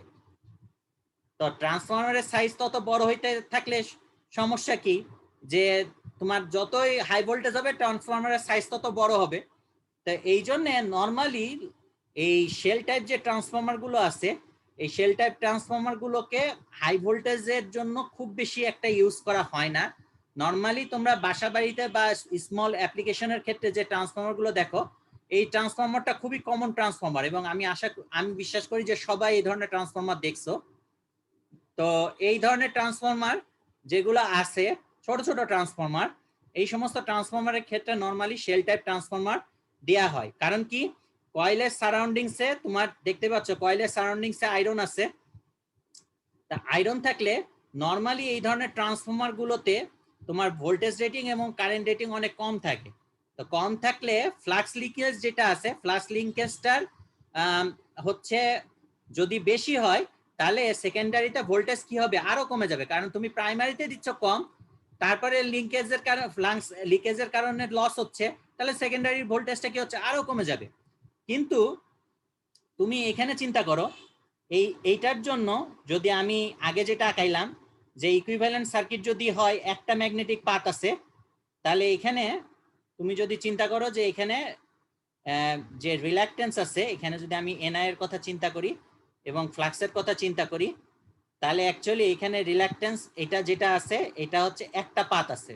আর কিন্তু এইটার ক্ষেত্রে যদি তুমি চিন্তা করো, তাহলে এইটার ক্ষেত্রে ঘটনাটা যেটা ঘটছে সেটা হচ্ছে যে এখানে তোমার এনআই আছে, সোর্স একটা আছে, এইটার জন্য এই পাশে একটা ম্যাগনেটিক সার্কিট আছে, যেটাকে তুমি বলতেছো হচ্ছে, যদি বলি যে সেম রেজিস্ট্যান্স, এটার মতো, এই যে এইটার মতো সেম রেজিস্ট্যান্সের কথা আমি যদি চিন্তা করি, তাহলে এটা হচ্ছে আর একটা আছে, এবং তার সাথে প্যারালালি এইখানে আরেকটা ম্যাগনেটিক পাথ আছে, যেটাকে আমি বলতেছি আরেকটা রিল্যাকটেন্স। তাহলে এই দুটো রিল্যাকটেন্স কি প্যারালালি আছে না, যার ভিতর দিয়ে আমার ফ্লাক্স যেটা আছে সেটা কি হচ্ছে, দুই ভাগে ভাগ হয়ে যাচ্ছে, তাই তো? আর এখানে যেটা আছে সেটা হচ্ছে টোটাল ফ্লাক্স। তাহলে দেখো অ্যাকচুয়ালি এইটার ক্ষেত্রে যেটা হচ্ছে সেটা হচ্ছে যে এই ধরনের ট্রান্সফরমারের ক্ষেত্রে তোমার রিল্যাকটেন্স কম থাকার কারণে তোমার যেটা ঘটনাটা ঘটছে সেটা হচ্ছে যে ফ্লাক্স কম কারেন্টের জন্যই আমার ফ্লাক্স বেশি হবে, যেটা আমার ছোট অ্যাপ্লিকেশনের জন্য দরকার। আবার এখানে তুমি যেটা দেখো যে নর্মালি একটা লো ভোল্টেজ সাইডের উপরে হচ্ছে হাই ভোল্টেজ সাইডটাকে সুন্দর করে পেঁচানো আছে, এবং সারাউন্ডিংসে তোমার ম্যাগনেটিক কোর আছে, এবং এই কোরের এই পাথের যে রিল্যাকটেন্স আর এই পাথের যে রিল্যাকটেন্স, এই রিল্যাকটেন্সটা ওভারঅল রিল্যাকটেন্সটা হচ্ছে কি কম। কারণ তুমি যদি আর দুইটা প্যারালাল আরকে যদি ভাগ করো, তাহলে টোটাল রিল্যাকটেন্স হয়ে যাবে হচ্ছে R/2। তাহলে রিল্যাকটেন্সের পরিমাণ কমে যাচ্ছে, তাহলে কম কারেন্টের জন্য তুমি কি পাচ্ছ, বেশি ফ্লাক্স পাবা, যেটা স্মল ভোল্টেজ অ্যাপ্লিকেশনের জন্য দরকার। আর তুমি একটার উপরে আরেকটা উইন্ডিং জড়ানোর কারণে যে ঘটনাটা ঘটছে, সেটার কারণে হচ্ছে কি তোমার এই লিকেজ ফ্লাক্স যেটা আছে সেটাও কমে যাচ্ছে। তো আমার লো ভোল্টেজ অ্যাপ্লিকেশনের জন্য উভয় যে পারপাস আছে, সেই পারপাসটা সে কি করতেছে, সার্ভ করতেছে। তো সেই জন্য নর্মালি লো ভোল্টেজ যে অ্যাপ্লিকেশন গুলো আছে, লো ভোল্টেজ অ্যাপ্লিকেশনের জন্য অ্যাকচুয়ালি এই যে শেল টাইপ যে ট্রান্সফরমার গুলো থাকে, এই শেল টাইপ ট্রান্সফরমার গুলো ইউজ করা হয়। তো এই জন্য প্রথমে শেল টাইপ ট্রান্সফরমারের ক্ষেত্রে যে কথাটা বলা ছিল সেটা হচ্ছে, দেখো এখানে বলা আছে it has a double magnetic circuit, কারণ আমি তোমাকে ডিফাইন করলাম যে দুইটা ম্যাগনেটিক পাথ আছে, এন্ড 3 লিম্বস, এখানে 3টা লিম্বস আছে, তোমরা দেখতেই পারতেছো। Winding placed on the centre লিম্বসের উপরে হচ্ছে উইন্ডিংটাকে পেঁচানো থাকে। দ্য কয়েলস আর মাল্টিলেয়ার ডিস্ক টাইপ হতে পারে, অথবা স্যান্ডউইচ টাইপ অফ কয়েলও হতে পারে। স্যান্ডউইচ কয়েলটা কি, এইখানে দেখো এই ফিগারে যে এই অংশটা হচ্ছে লো ভোল্টেজ উইন্ডিং, তার ভিতরে হাই ভোল্টেজ উইন্ডিং গুলোকে স্যান্ডউইচ করা হয়েছে, যেটা ওই ছেলেটা আগে বললো। আর বাইরে হচ্ছে আবার লো ভোল্টেজ উইন্ডিং দেওয়া হয়েছে, ঠিক আছে? তো এইটা কিন্তু যে ঘটনাটা ঘটছে সেটা কিন্তু একটার উপরে আরেকটা না, এটা হচ্ছে স্যান্ডউইচ বলার মানে হচ্ছে যে এখান থেকে এইটুকু হচ্ছে তোমার লো ভোল্টেজ উইন্ডিং, তারপরে ইনসুলেশন আছে, তারপরে হাই ভোল্টেজ উইন্ডিংটাকে পেঁচানো হয়েছে। এটা ভার্টিক্যালি জিনিসটাকে এইভাবে করা হয়েছে। মানে আমি যেটা বলতে চাচ্ছি সেটা হচ্ছে যে এই জিনিসটা হচ্ছে ভার্টিক্যালি, একটার পরে আরেকটাকে রাখানো হয়েছে, একটার উপরে আরেকটা না। যেটা আগের উইন্ডিং গুলোর ক্ষেত্রে দেখছিলাম যে একটার উপরে আরেকটা দেওয়া হয়েছে, কিন্তু এখানে আসলে একটার উপরে না, একটার পরে একটা দেওয়া হয়েছে ভার্টিক্যালি। এই কাজটা করা হয়ে থাকে। আর আর preferred for few high voltage application, যে ঘটনাটা এতক্ষণ তোমাদেরকে বললাম যে হাই ভোল্টেজ হইতে গেলে কি করতে হবে, আমাকে এখানে স্পেসটা অনেক বেশি হইতে হবে। স্পেসটা বেশি হইতে গেলে আমার ট্রান্সফরমারের সাইজটা অনেক বড় হইতে হবে। ট্রান্সফরমারের সাইজটা অনেক বড় হইতে গেলে আমার এখানে ম্যাগনেটিক ম্যাটেরিয়াল যেগুলো আছে, ম্যাগনেটিক ম্যাটেরিয়াল গুলো অনেক বেশি হইতে হবে। আর তাছাড়াও দ্য উইন্ডিংস সারাউন্ডস দ্য কোর, যেহেতু এই উইন্ডিং গুলো হচ্ছে দেখো এখানে কোরটাকে সারাউন্ড করে থাকে, এখানে খুব বেশি ফাঁকা জায়গা নাই। তো ফাঁকা জায়গা না থাকলে এখানে ন্যাচারাল কুলিংটা প্রেজেন্ট থাকে না, ন্যাচারাল কুলিং এর অপশনটা খুব কম থাকে।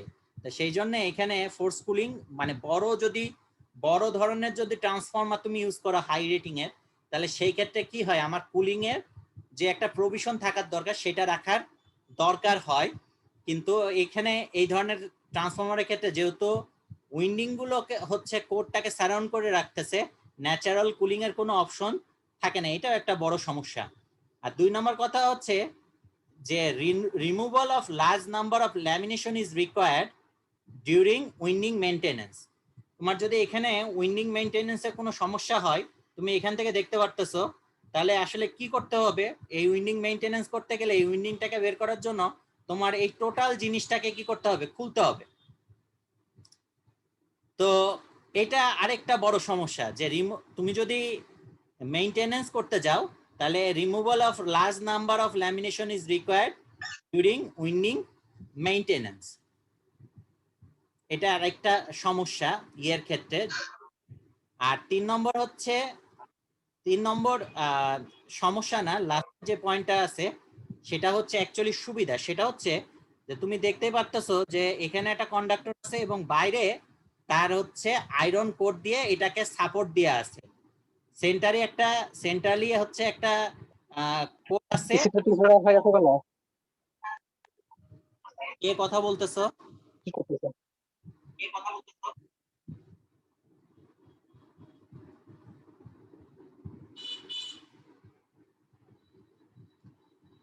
তো যে কথাটা বলতেছিলাম যে সেন্ট্রালি একটা কোর আছে আর বাইরে দুটো কোর আছে, তার মাঝখানে জিনিসটাকে রাখা হয়েছে।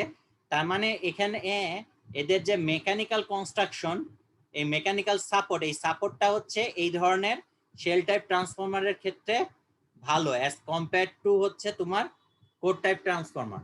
তো সেক্ষেত্রে যে ঘটনাটা ঘটে সেটা হচ্ছে যে due to better mechanical support, winding can withstand high mechanical forces during short circuit current. আমরা বলতেছিলাম যে শর্ট সার্কিট কারেন্টের ক্ষেত্রে যে ঘটনাটা ঘটবে যে তোমার ফোর্স অনেক বেশি বেড়ে যাবে।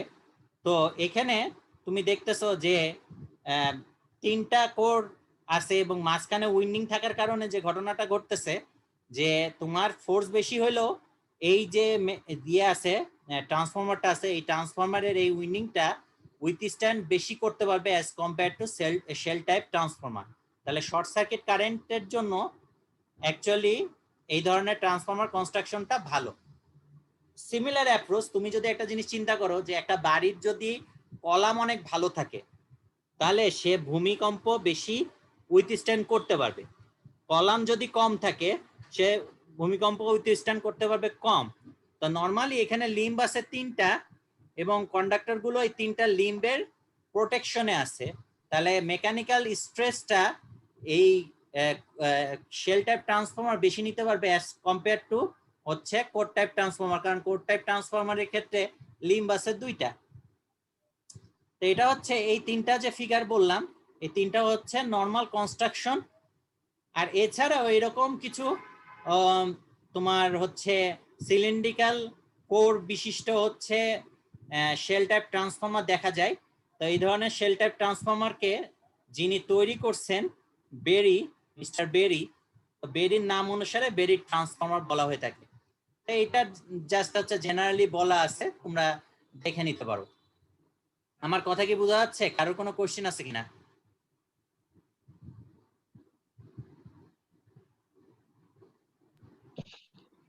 নাই স্যার। ক্লাস কি কেউ বোরিং হয়ে গেছে? একটু কি ব্রেক দিব সবাইকে? না স্যার, ঠিক আছে।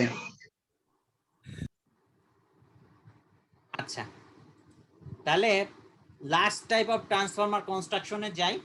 এটা নিয়ে অ্যাকচুয়ালি কথা বলার পরে আমরা অ্যাকচুয়ালি আইডিয়াল ট্রান্সফর্মার নিয়ে আলোচনা শুরু করব।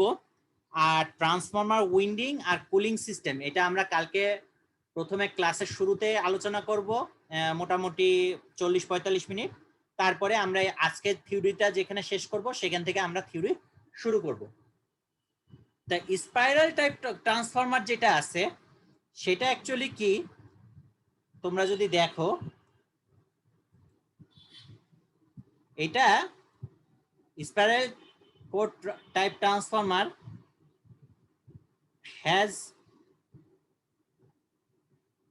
has a core with continuous strip of circular or elliptical steel cylinder. এটার মানে হচ্ছে তুমি যদি দেখো যে অনেকগুলা এরকম সার্কুলার স্ট্রিপ অথবা ইলেকট্রিক্যাল স্ট্রিপ গুলো একটার উপর আরেকটা বসানো হয় এবং সেগুলোকে পরস্পর জয়েন করে তার মাঝখানে অ্যাকচুয়ালি যে কন্ডাক্টর গুলো আছে কন্ডাক্টর গুলোকে প্লেস করা হয়। তো এটা দেখতে অ্যাকচুয়ালি অনেকটা শেল টাইপ অফ ট্রান্সফরমারের মতো, কিন্তু শেল টাইপ অফ ট্রান্সফরমারের শুধুমাত্র ল্যামিনেশন গুলো থাকে কোন দিকে, এই বরাবর। কিন্তু এই যে ট্রান্সফরমারটা আছে স্পাইরাল, স্পাইরালের এই দিকেও হচ্ছে সেকশন আছে, অনেকগুলো সেকশন আছে, অ্যাজ ওয়েল অ্যাজ এক্সিয়াল দিকেও অনেকগুলো সেকশন থাকবে। তো এটা করলে যেটা সুবিধা সেটা কি, যে ফ্লাক্স গুলো যেগুলো আছে, ফ্লাক্স গুলো normally will have core flux follow along the grain of the iron. মানে কি, যে ফ্লাক্স গুলো যেগুলো আছে, ফ্লাক্স গুলো এই যে সার্কুলার পোর্শন গুলো, ছোট ছোট অংশগুলো আছে, এই সার্কুলার পোর্শনের ভিতর দিয়ে কি করবে, ফ্লো করবে। সিমিলারলি এটার ভিতর দিয়ে যে ফ্লাক্সটা তৈরি হবে এই সার্কুলার পোর্শনের ভিতর দিয়ে ফ্লো করবে। তারপরে আরেকটা বড় সুবিধা হচ্ছে যে has higher operating flux densities because of having cold rolled steel with high silicon content. প্রথমেই বলছিলাম যে সিলিকন কন্টেন্ট হচ্ছে থাকে হচ্ছে 3.5 থেকে 4%। তো সিলিকন কন্টেন্টটা থাকার কারণে আরেকটা জিনিস বলছিলাম তোমাদের মনে যদি থাকে, যে নর্মালি সিলিকনের যে থিকনেস বা স্টিলের যে থিকনেস সেটা হচ্ছে 0.35 মিলিমিটার হচ্ছে 50 জন্য, কিন্তু প্রিফারেবল রেঞ্জ হচ্ছে 0.33 থেকে 0.50 মিলিমিটার পর্যন্ত। কিন্তু কোল হচ্ছে কোল্ড রোল্ড স্টিলের ক্ষেত্রে হাই ইয়ের জন্য 0.25 মিলিমিটার পর্যন্ত এটা যাওয়া গেছে, যেটা স্পাইরাল ট্রান্সফর্মারের ক্ষেত্রে ইউজ হয়। তো এই যে স্পাইরাল যে ট্রান্সফর্মার গুলো এইগুলো হচ্ছে 0.25 মিলিমিটার পর্যন্ত যেতে পারে। এবং সিলিকন কন্টেন্ট বেশি হওয়ার কারণে যেটা হয়, এটার ফ্লাক্স ডেনসিটিস যেটা থাকে স্পাইরাল কন্ডাক্টরের ক্ষেত্রে, এটার ফ্লাক্স ডেনসিটিস গুলো অনেক বেশি হয়। তো ফ্লাক্স ডেনসিটিস বেশি হলে যেগুলো নর্মালি আমরা সুবিধা পাই সেটা হচ্ছে রিলেটিভলি মোর রিজিড কোর, একটার উপরে আরেকটা ধাপে ধাপে বসানো থাকে, যার কারণে এটা অনেকটা ফিজিক্যালি হচ্ছে অনেক রিজিড কোর হয়। 2 নম্বর হচ্ছে যে lesser weight and size per KVA rating, কারণ তোমার বুঝতেই পারতেছো যেহেতু তোমার হচ্ছে হাই ডেনসিটি অফ ফ্লাক্স আছে, তাহলে তোমার আলটিমেটলি হচ্ছে কারেন্ট বা ফ্লাক্স যেহেতু হচ্ছে অনেক হাই, তাহলে তোমার যে ক্রস সেকশনাল এরিয়া আছে এই ক্রস সেকশনাল এরিয়াটা হচ্ছে অনেক কম লাগবে, ক্রস সেকশনাল এরিয়াটা অনেক কম লাগবে হাই ফ্লাক্স তৈরির জন্য। তাহলে যেটা ঘটনাটা ঘটবে সেটা হচ্ছে যে ট্রান্সফরমারের সাইজগুলো যেগুলো আছে এরিয়া ছোট লাগার কারণে এই ট্রান্সফরমারের সাইজগুলো অনেক ছোট হবে। তো সেম কেভিএ রেটিং এর জন্য এটা যেহেতু ছোট হবে তাহলে লেস ওয়েটটাও হচ্ছে অনেক লেসার হবে। তো সেই জন্য বলতেছে যে lesser weight and size per KVA rating. 3 নম্বর হচ্ছে যে যেহেতু এখানে সিলিকন কন্টেন্ট অনেক হাই আছে আর এখানে তুমি দেখতেই পাচ্ছ যে প্রত্যেকটা সেকশন করা আছে, সেকশন করা আছে আবার এই দিকেও সেকশন করা আছে। তো এইটা খুব ছোট, তুমি বুঝতে পারতেছো যে দুই দিকে সেকশন করা, মানে ভার্টিক্যালিও সেকশন করা আবার এই দিকেও সেকশন করা। তার মানে প্রত্যেকটা যে পাত আছে এই পাতগুলো আসলে খুবই ন্যারো রেঞ্জের হয়ে থাকে, যেটা আমি বলতেছিলাম যে 0.25 মিলিমিটার থিকনেসের। তো এরকম রেঞ্জের যদি হয়ে থাকে খুব ন্যারো রেঞ্জের তাহলে সেই ক্ষেত্রে হিস্টেরেসিস লস বা এডি কারেন্ট লস যেটা আছে এডি কারেন্ট লসটাই মেইনলি কমে যাবে, আরো কমে যাবে। তো কমে গেলে যেটা হবে যে লোয়ার আয়রন লসেস এট হায়ার ফ্লাক্স ডেনসিটিস, যেটা তুমি বুঝতে পারতেছো। আর এই ধরনের যে ট্রান্সফরমার গুলো আছে এই ট্রান্সফরমার গুলো হচ্ছে ম্যানুফ্যাকচারিং কস্ট হচ্ছে অনেক কম থাকে। তা নর্মালি এই চারটা হচ্ছে তার অ্যাডভান্টেজ। তো আমি অ্যাকচুয়ালি কনস্ট্রাকশন যে জিনিসগুলো আজকে পড়ালাম এই কনস্ট্রাকশন জিনিসটা আজকে এই পর্যন্ত আমরা শুধু আজকে কোর নিয়ে আলোচনা করছি। কালকে অ্যাকচুয়ালি আমরা উইন্ডিং নিয়ে আলোচনা করব আর হচ্ছে কুলিং সিস্টেম নিয়ে আলোচনা করব, কুলিং সিস্টেম নিয়ে আলোচনা করব। তো এই কোরের যে অংশটা এই কোরের অংশটা আমরা মেইনলি পড়ছি 3টা জায়গা থেকে। একটা হচ্ছে সামারাজিতের বই, এটার পিডিএফটা আমি তোমাদেরকে দিয়ে দিব। আরেকটা পড়ছি হচ্ছে বিএল হেরাজা, এটা তোমাদের সবার কাছে থাকার কথা। আর 3 নম্বর হচ্ছে আইআইটি মাদ্রাজ। আইআইটি মাদ্রাজ তোমরা সবাই জানবা, Indian Institute of Technology Madras. তো এটারও একটা পিডিএফ ডকুমেন্ট আছে যেটার পিডিএফ আমি তোমাদেরকে দিয়ে দিব। এই 3টা জায়গা থেকে মেইনলি আমি ইয়ে করছি। তাছাড়াও এই সিমিলার জিনিস তুমি ভীমরার বইতেও পাবা, ভীমরার বইতে পাবা, চ্যাপম্যানের বইতেও কিছু বলা আছে।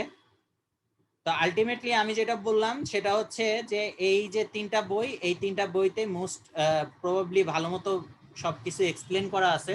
তো সো তোমরা এই 3টা বই যদি ফলো করো আমি তোমাদেরকে যে পিডিএফ গুলো দিয়ে দিব প্লাস হচ্ছে থিরেজার বই, তাহলে আমার মনে হয় that would be sufficient for you all.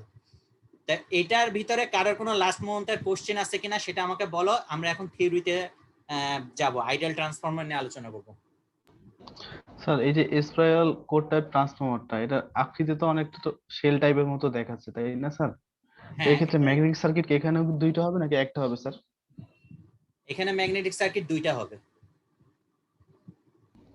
G sir, thank you sir. আর কোনো কোশ্চেন?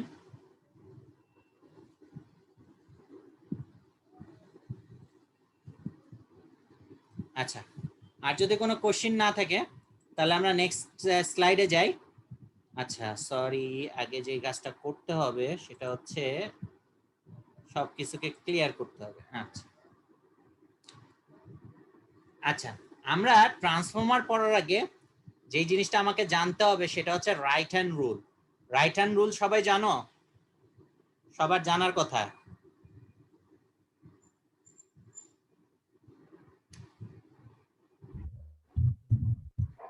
কি সবাই জানো?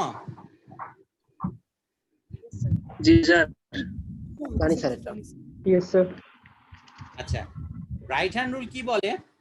রাইট হ্যান্ড রুল বলে যে কোনো একটা স্ট্রেট লাইনের ভিতর দিয়ে যদি কারেন্ট যায় তাহলে সেই স্ট্রেট লাইন বরাবর যদি আমি আমার বৃদ্ধাঙ্গুলিটাকে প্রেস করি, তাহলে বাদ বাকি যে আঙ্গুলগুলো আছে এই বাদ বাকি আঙ্গুলগুলো অ্যাকচুয়ালি আমার ফ্লাক্সের ডাইরেকশন নির্দেশ করবে। তো সেই জন্য এখানে ফ্লাক্সের ডাইরেকশনটা হয়েছে এই দিক বরাবর, এই আঙ্গুলের দিকে থাকার কারণে।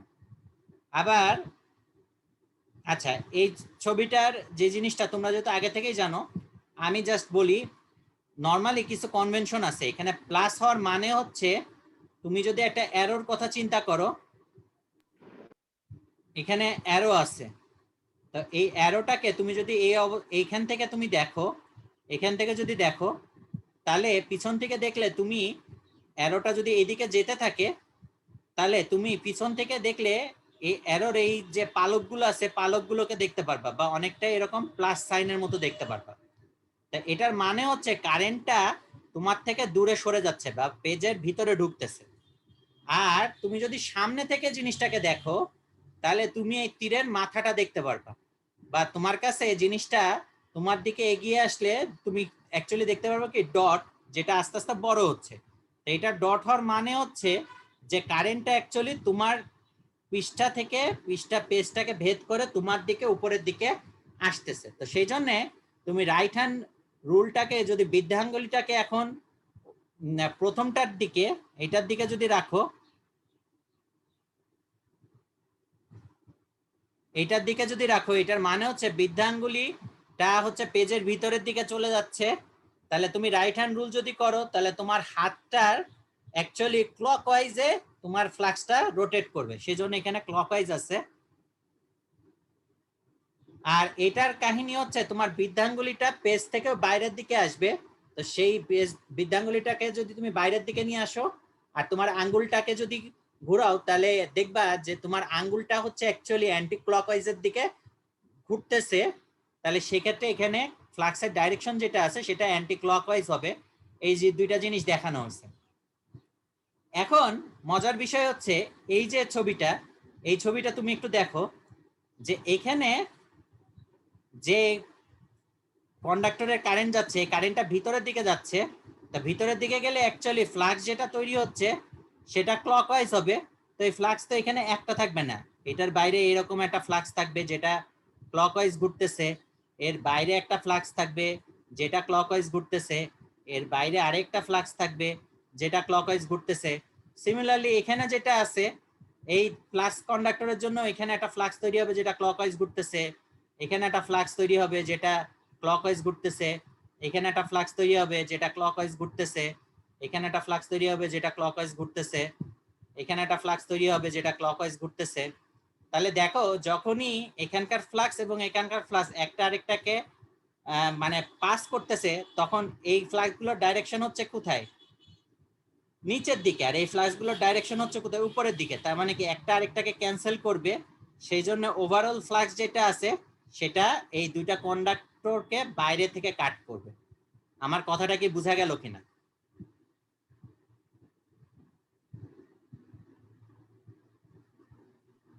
স্যার আরেকবার একটু বলবো না?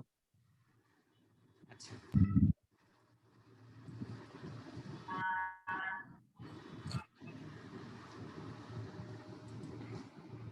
এখানে এটার জন্য যে ফ্লাক্স গুলো তৈরি হবে, এটাকে যদি তুমি এইভাবে আঁকাও,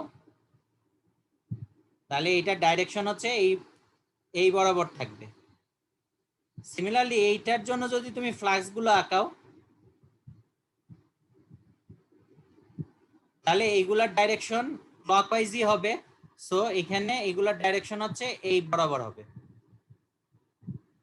এখন দেখো এইটার ডাইরেকশন আর এইটার ডাইরেকশন দুইটা কি অপোজিট দিকে না মাঝের ভিতরে? তাহলে করবে যখন একটা আরেকটাকে পাস করবে তখন একটা আরেকটাকে কি করবে? ক্যান্সেল করে দিবে।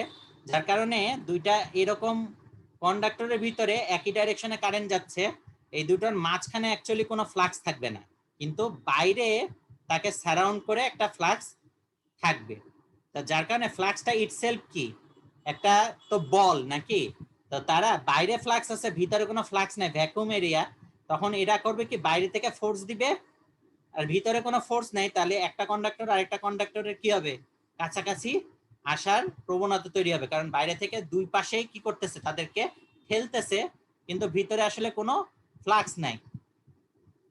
সিমিলারলি এটার ক্ষেত্রেও একই ঘটনা ঘটবে, যে এইটার ক্ষেত্রে এখানে যে ফ্লাক্স আছে আর এইখানে যে ফ্লাক্স আছে দুইটাই ক্লকওয়াইজ, তো এইটার ক্ষেত্রেও এটাও ক্লকওয়াইজ, এখানে অ্যান্টি ক্লকওয়াইজ, তাহলে এই দুটো জিনিস একটা আরেকটাকে কি করবে, হচ্ছে অপোজ করবে।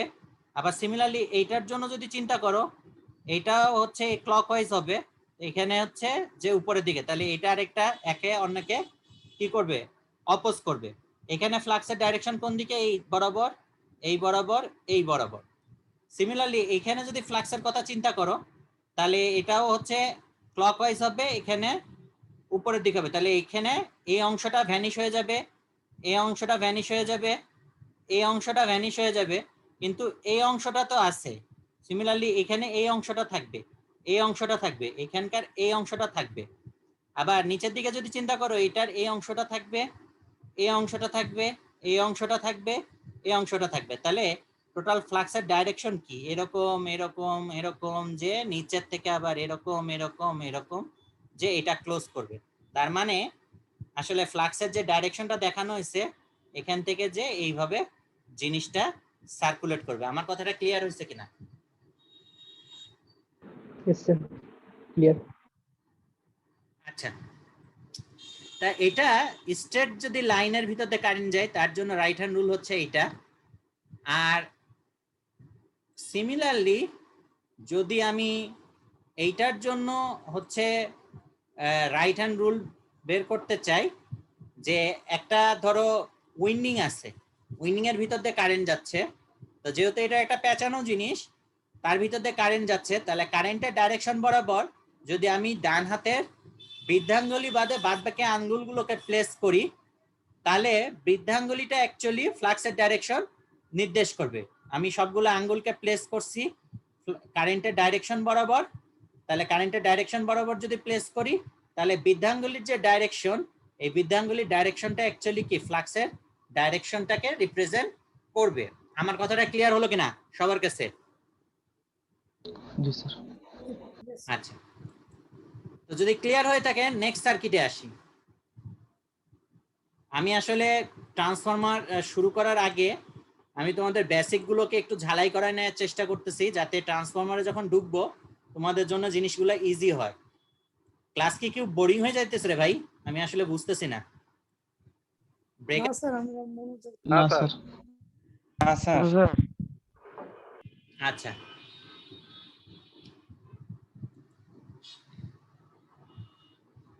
আচ্ছা দাঁড়াও, আমি একটু মানে 2 মিনিটের একটু রেস্ট নিই, আর ইন দ্য মিন টাইম তোমাদের অ্যাটেন্ডেন্সটা একটু দেখে ফেলি। হ্যাঁ,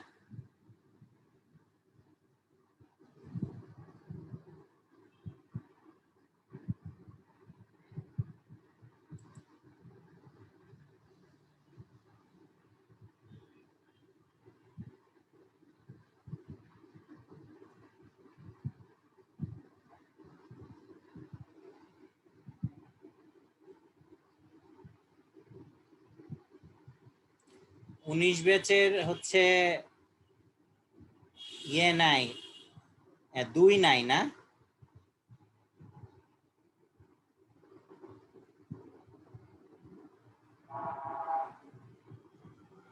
উনিশ ব্যাচের 2 আছে?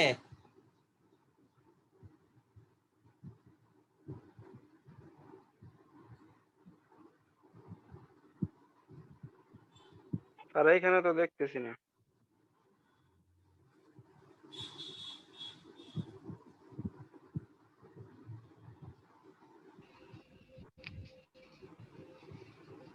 হ্যালো,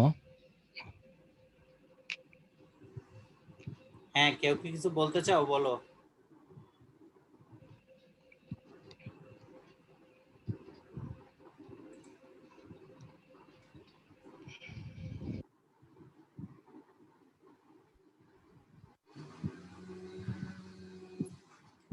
এই সিআর, তোমরা তো হচ্ছে কারা কারা জয়েন করছে এটা দেখতে পারতেছো। তোমরা হচ্ছে ইয়ে করো, কারা কারা অ্যাবসেন্ট আছে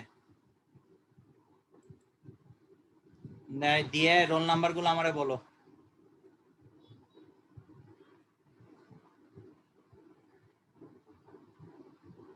এ সেকশনের সিআর এ সেকশনের গুলো বলো, আর বি সেকশনের স্যার বি সেকশনের গুলো বলো।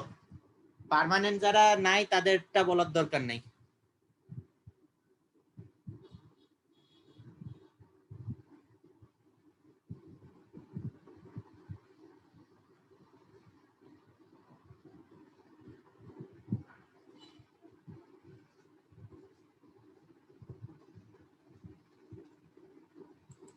সিয়াররা কি আমার কথা শুনতে পারতেছো?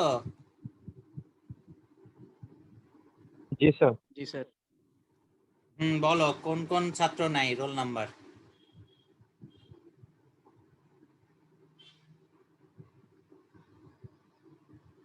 ভাই স্যার এইগুলো বলে কি আমি এখন মাইর খাবো? স্যার আইডি স্যার 19-20-02 না 19-2-09 19-20-02 19-20-02 নাই। আর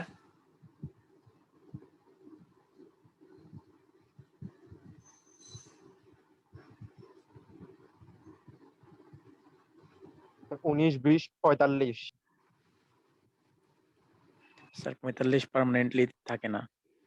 20-45 ওকে। স্যার 45 পার্মানেন্টলি থাকে না স্যার, ওইটাই রেগুলার ক্লাস করে না। আচ্ছা ঠিক আছে। আর আর স্যার বি সেকশনে হচ্ছে 72,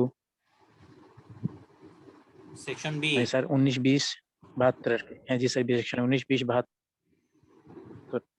19-20-72 আর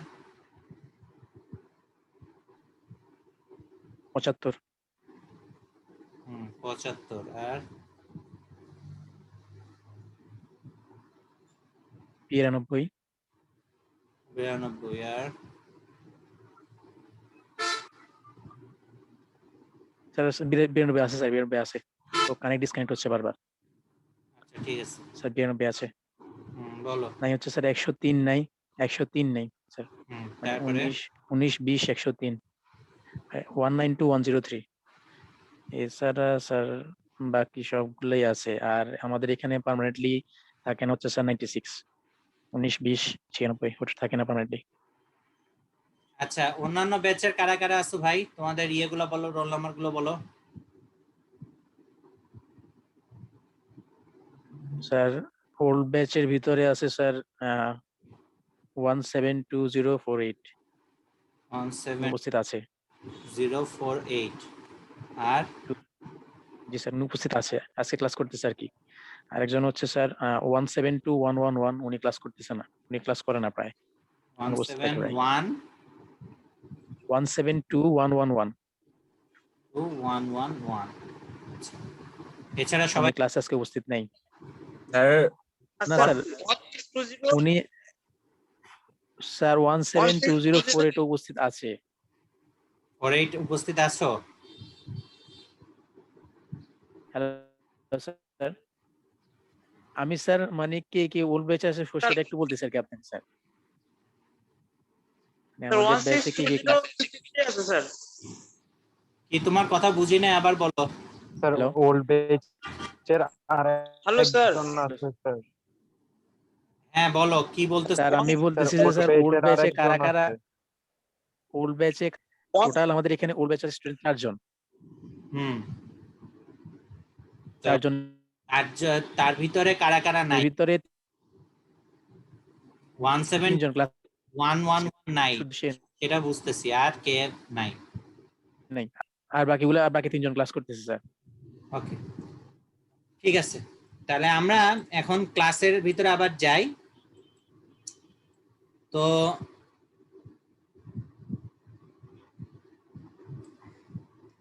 নরমালি আমরা প্রথমে যে জিনিসটা জানবো সেটা হচ্ছে ফ্লাক্স লিঙ্কেজ, তারপরে Faraday's laws of electromagnetic induction নিয়ে আলোচনা করব। তো ফ্লাক্স লিঙ্কেজ কি? নরমালি এটা যদি একটা ট্রান্সফরমার হয় তাহলে প্রত্যেকটা টার্নের ভিতর দিয়ে অ্যাকচুয়ালি আই কারেন্ট যাচ্ছে। স্যার হ্যাঁ বলো। স্যার আইডিয়াল ট্রান্সফর্মের প্রথম যে স্লাইড দেখাইলেন, ওখানে দেখালেন যে আমাদের বৃদ্ধাঙ্গুল যদি আমরা কারেন্টের দিক বরাবর রাখি তাহলে বাকি আঙ্গুলগুলো আমাদের ফ্লাক্সের ঘূর্ণনের দিক দেখায়। বুঝতেছি আর কি, কনফিউজ লাগলো। কনফিউজ তুমি? আচ্ছা, দুইটা জিনিস আছে এখানে মনে রাখতে হবে। সেটা হচ্ছে যে কারেন্ট যেটা আছে সেটা এইদার তোমার হচ্ছে স্ট্রেট লাইনের ভিতর দিয়ে যেতে পারে, হয় যেটা হবে যে ছবি যদি আঁকে, ধরো এরকম স্ট্রেট লাইন আছে, এই স্ট্রেট লাইনের ভিতর দিয়ে কারেন্ট যাচ্ছে, তাহলে সেই ক্ষেত্রে তোমার বৃদ্ধাঙ্গুলিটা কে যদি তুমি কারেন্ট বরাবর রিপ্লেস করো, তাহলে তোমার যে আঙ্গুলগুলো আছে এই আঙ্গুলগুলো অ্যাকচুয়ালি তোমার হচ্ছে কারেন্ট ফ্লাক্সের ডাইরেকশন নির্দেশ করবে। তো বৃদ্ধাঙ্গুলিটাকে স্ট্রেট লাইন বরাবর রিপ্লেস করছো, কারেন্ট এই সোজাসুজি যাচ্ছে, আর বাদ বাকি যে আঙ্গুলগুলো আছে এই আঙ্গুলগুলোকে তুমি যদি প্লেস করো তাহলে অ্যাকচুয়ালি ফ্লাক্সের ডাইরেকশন অনুসারে আঙ্গুলগুলো প্লেস হবে। তাহলে এই আঙ্গুলগুলো কোন দিকে যাচ্ছে?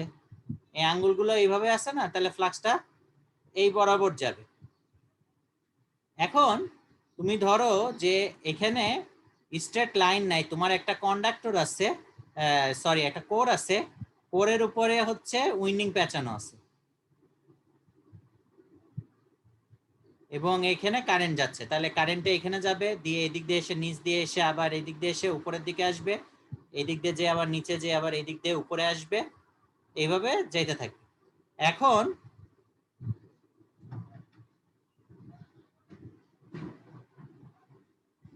এখন তোমার এরকম উইন্ডিং এ যদি পেঁচানো থাকে তাহলে সেই ক্ষেত্রে তুমি যেটা করবা সেটা হচ্ছে যে তোমার আঙ্গুলগুলিকে হচ্ছে কারেন্ট বরাবর হচ্ছে করবা, প্লেস করবা। কারেন্ট বরাবর যদি প্লেস করো তাহলে বৃদ্ধাঙ্গুলি যেটা থাকবে, বৃদ্ধাঙ্গুলিটা কি অ্যাকচুয়ালি তোমার ফ্লাক্সের ডাইরেকশন নির্দেশ করবে। তো ফ্লাক্সের ডাইরেকশনটা হবে হচ্ছে বৃদ্ধাঙ্গুলি বরাবর। তার মানে সোজা মানে বৃদ্ধাঙ্গুলিটা হয় ফ্লাক্স নির্দেশ করবে অথবা কারেন্ট নির্দেশ করবে। যদি এটা স্ট্রেট লাইন হয়, যে স্ট্রেট লাইন বরাবর কারেন্ট যাচ্ছে, তাহলে স্ট্রেট লাইন বরাবর বৃদ্ধাঙ্গুলিটা রিপ্রেজেন্ট করবে হচ্ছে কারেন্ট। তাহলে বাদবাকি আঙ্গুলগুলো তোমাকে দেখাবে হচ্ছে ফ্লাক্সের ডাইরেকশন, যেটা তুমি এখান থেকে দেখতে পারতেছো। আর যদি এটা উইন্ডিং আকারে পেঁচানো থাকে, বৃদ্ধাঙ্গুলিতে একটা স্ট্রেট আঙ্গুল, তাই না, তাহলে বৃদ্ধাঙ্গুলিটা তো আর উইন্ডিং এর মতো দেখাইতে পারবে না। তাহলে সেক্ষেত্রে কি হবে, বাদ বাকি আঙ্গুলগুলোকে উইন্ডিং এ কারেন্টের ডাইরেকশন বরাবর যদি তুমি প্লেস করো, তাহলে বৃদ্ধাঙ্গুলি যেটা আছে, বৃদ্ধাঙ্গুলিটা অ্যাকচুয়ালি কি করবে, ফ্লাক্সের ডাইরেকশন রিপ্রেজেন্ট করবে। আমার কথাটা এখন তোমার কাছে ক্লিয়ার হলো কিনা? সেই জন্য দেখো যে এই লাইনটার জন্য বৃদ্ধাঙ্গুলিটা যেহেতু স্ট্রেট জিনিস, তাহলে স্ট্রেট জিনিস হলে কারেন্ট বরাবর ওইটাকে রিপ্লেস করলে বাদ বাকি এই আঙ্গুলগুলা ফ্লাক্সের ডাইরেকশন নির্দেশ করবে, এই জন্য ফ্লাক্সটা এই ডাইরেকশনে ঘুরতেছে। কিন্তু পরেরটার জন্য যেহেতু এটা পেঁচানো জিনিস, আর আঙ্গুলটাকে আমি কি করতে পারি, বাদ বাকি যে আঙ্গুলগুলো আছে এটাকেও আমি পেঁচাইতে পারি, তো সেজন্য এই আঙ্গুলগুলোকে হচ্ছে কারেন্টের ডাইরেকশনে আমি পেঁচাইলে অ্যাকচুয়ালি বৃদ্ধাঙ্গুলিটা কি আমার স্ট্রেট জিনিস, তাহলে এই স্ট্রেট লাইনটা হচ্ছে আমার ফ্লাক্সের ডাইরেকশন নির্দেশ করবে। এটাই হচ্ছে রাইট হ্যান্ড রুল।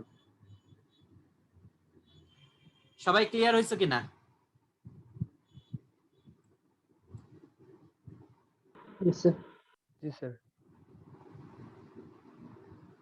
ক্লাস কি আমি আরো আধা ঘন্টা নিতে পারবো? তোমাদের কি অবস্থা এক একজনের?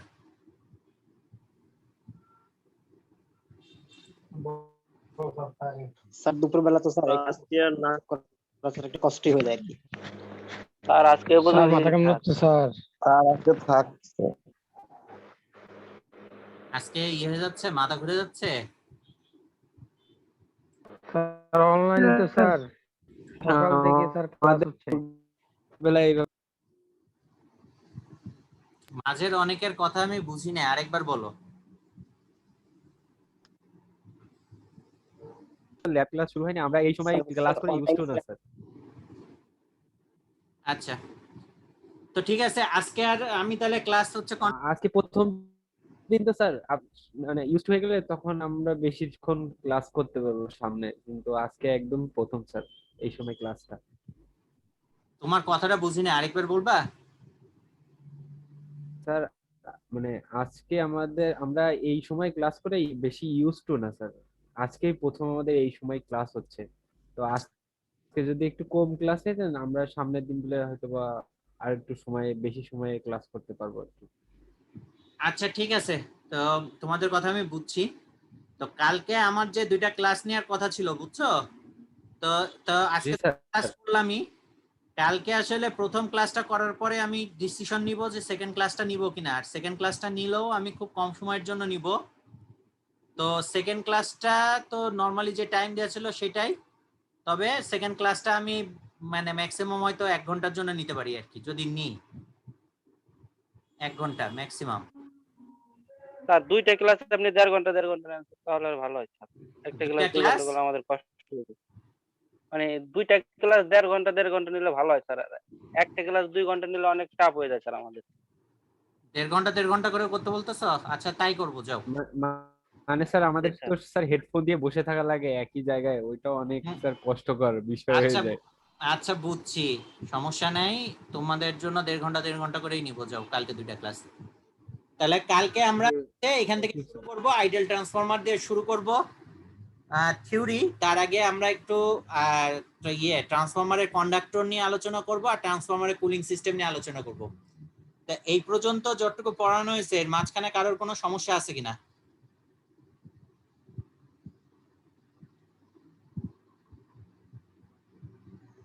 বা কারোর কোনো কোশ্চেন আছে কিনা?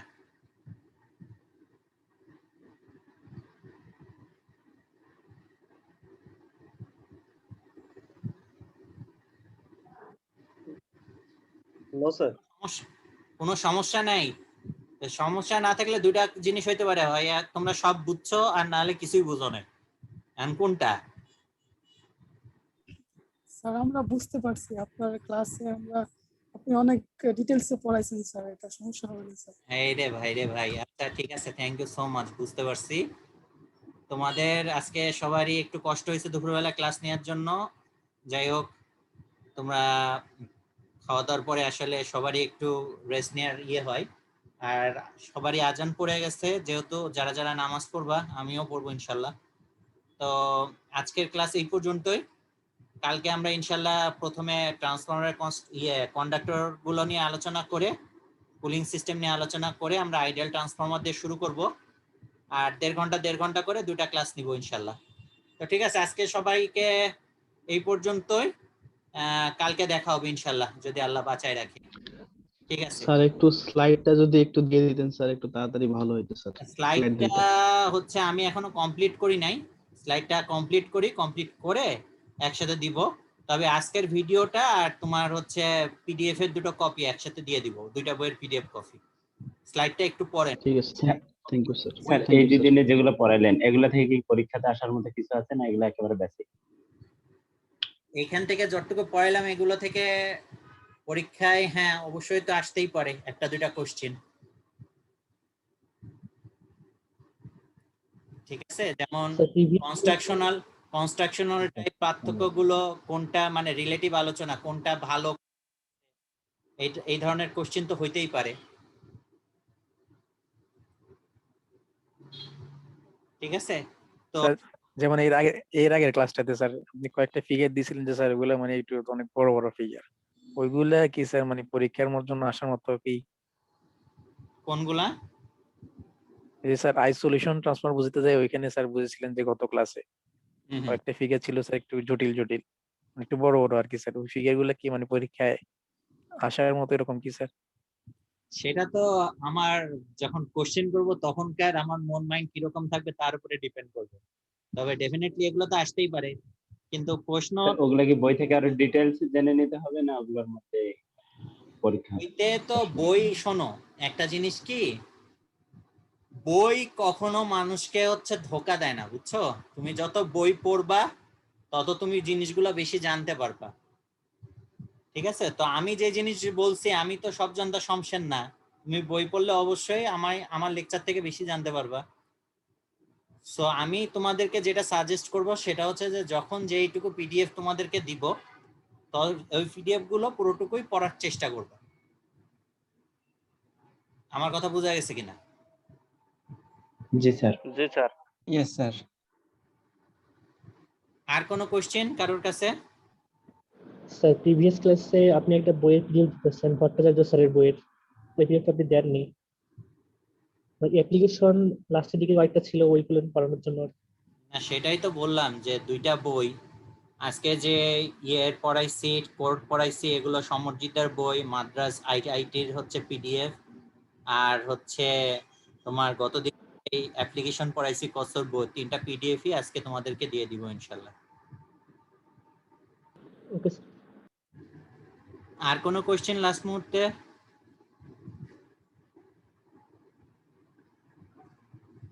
নাই? ঠিক আছে, তাহলে আজকে এই পর্যন্তই, কালকে দেখা হবে ইনশাআল্লাহ।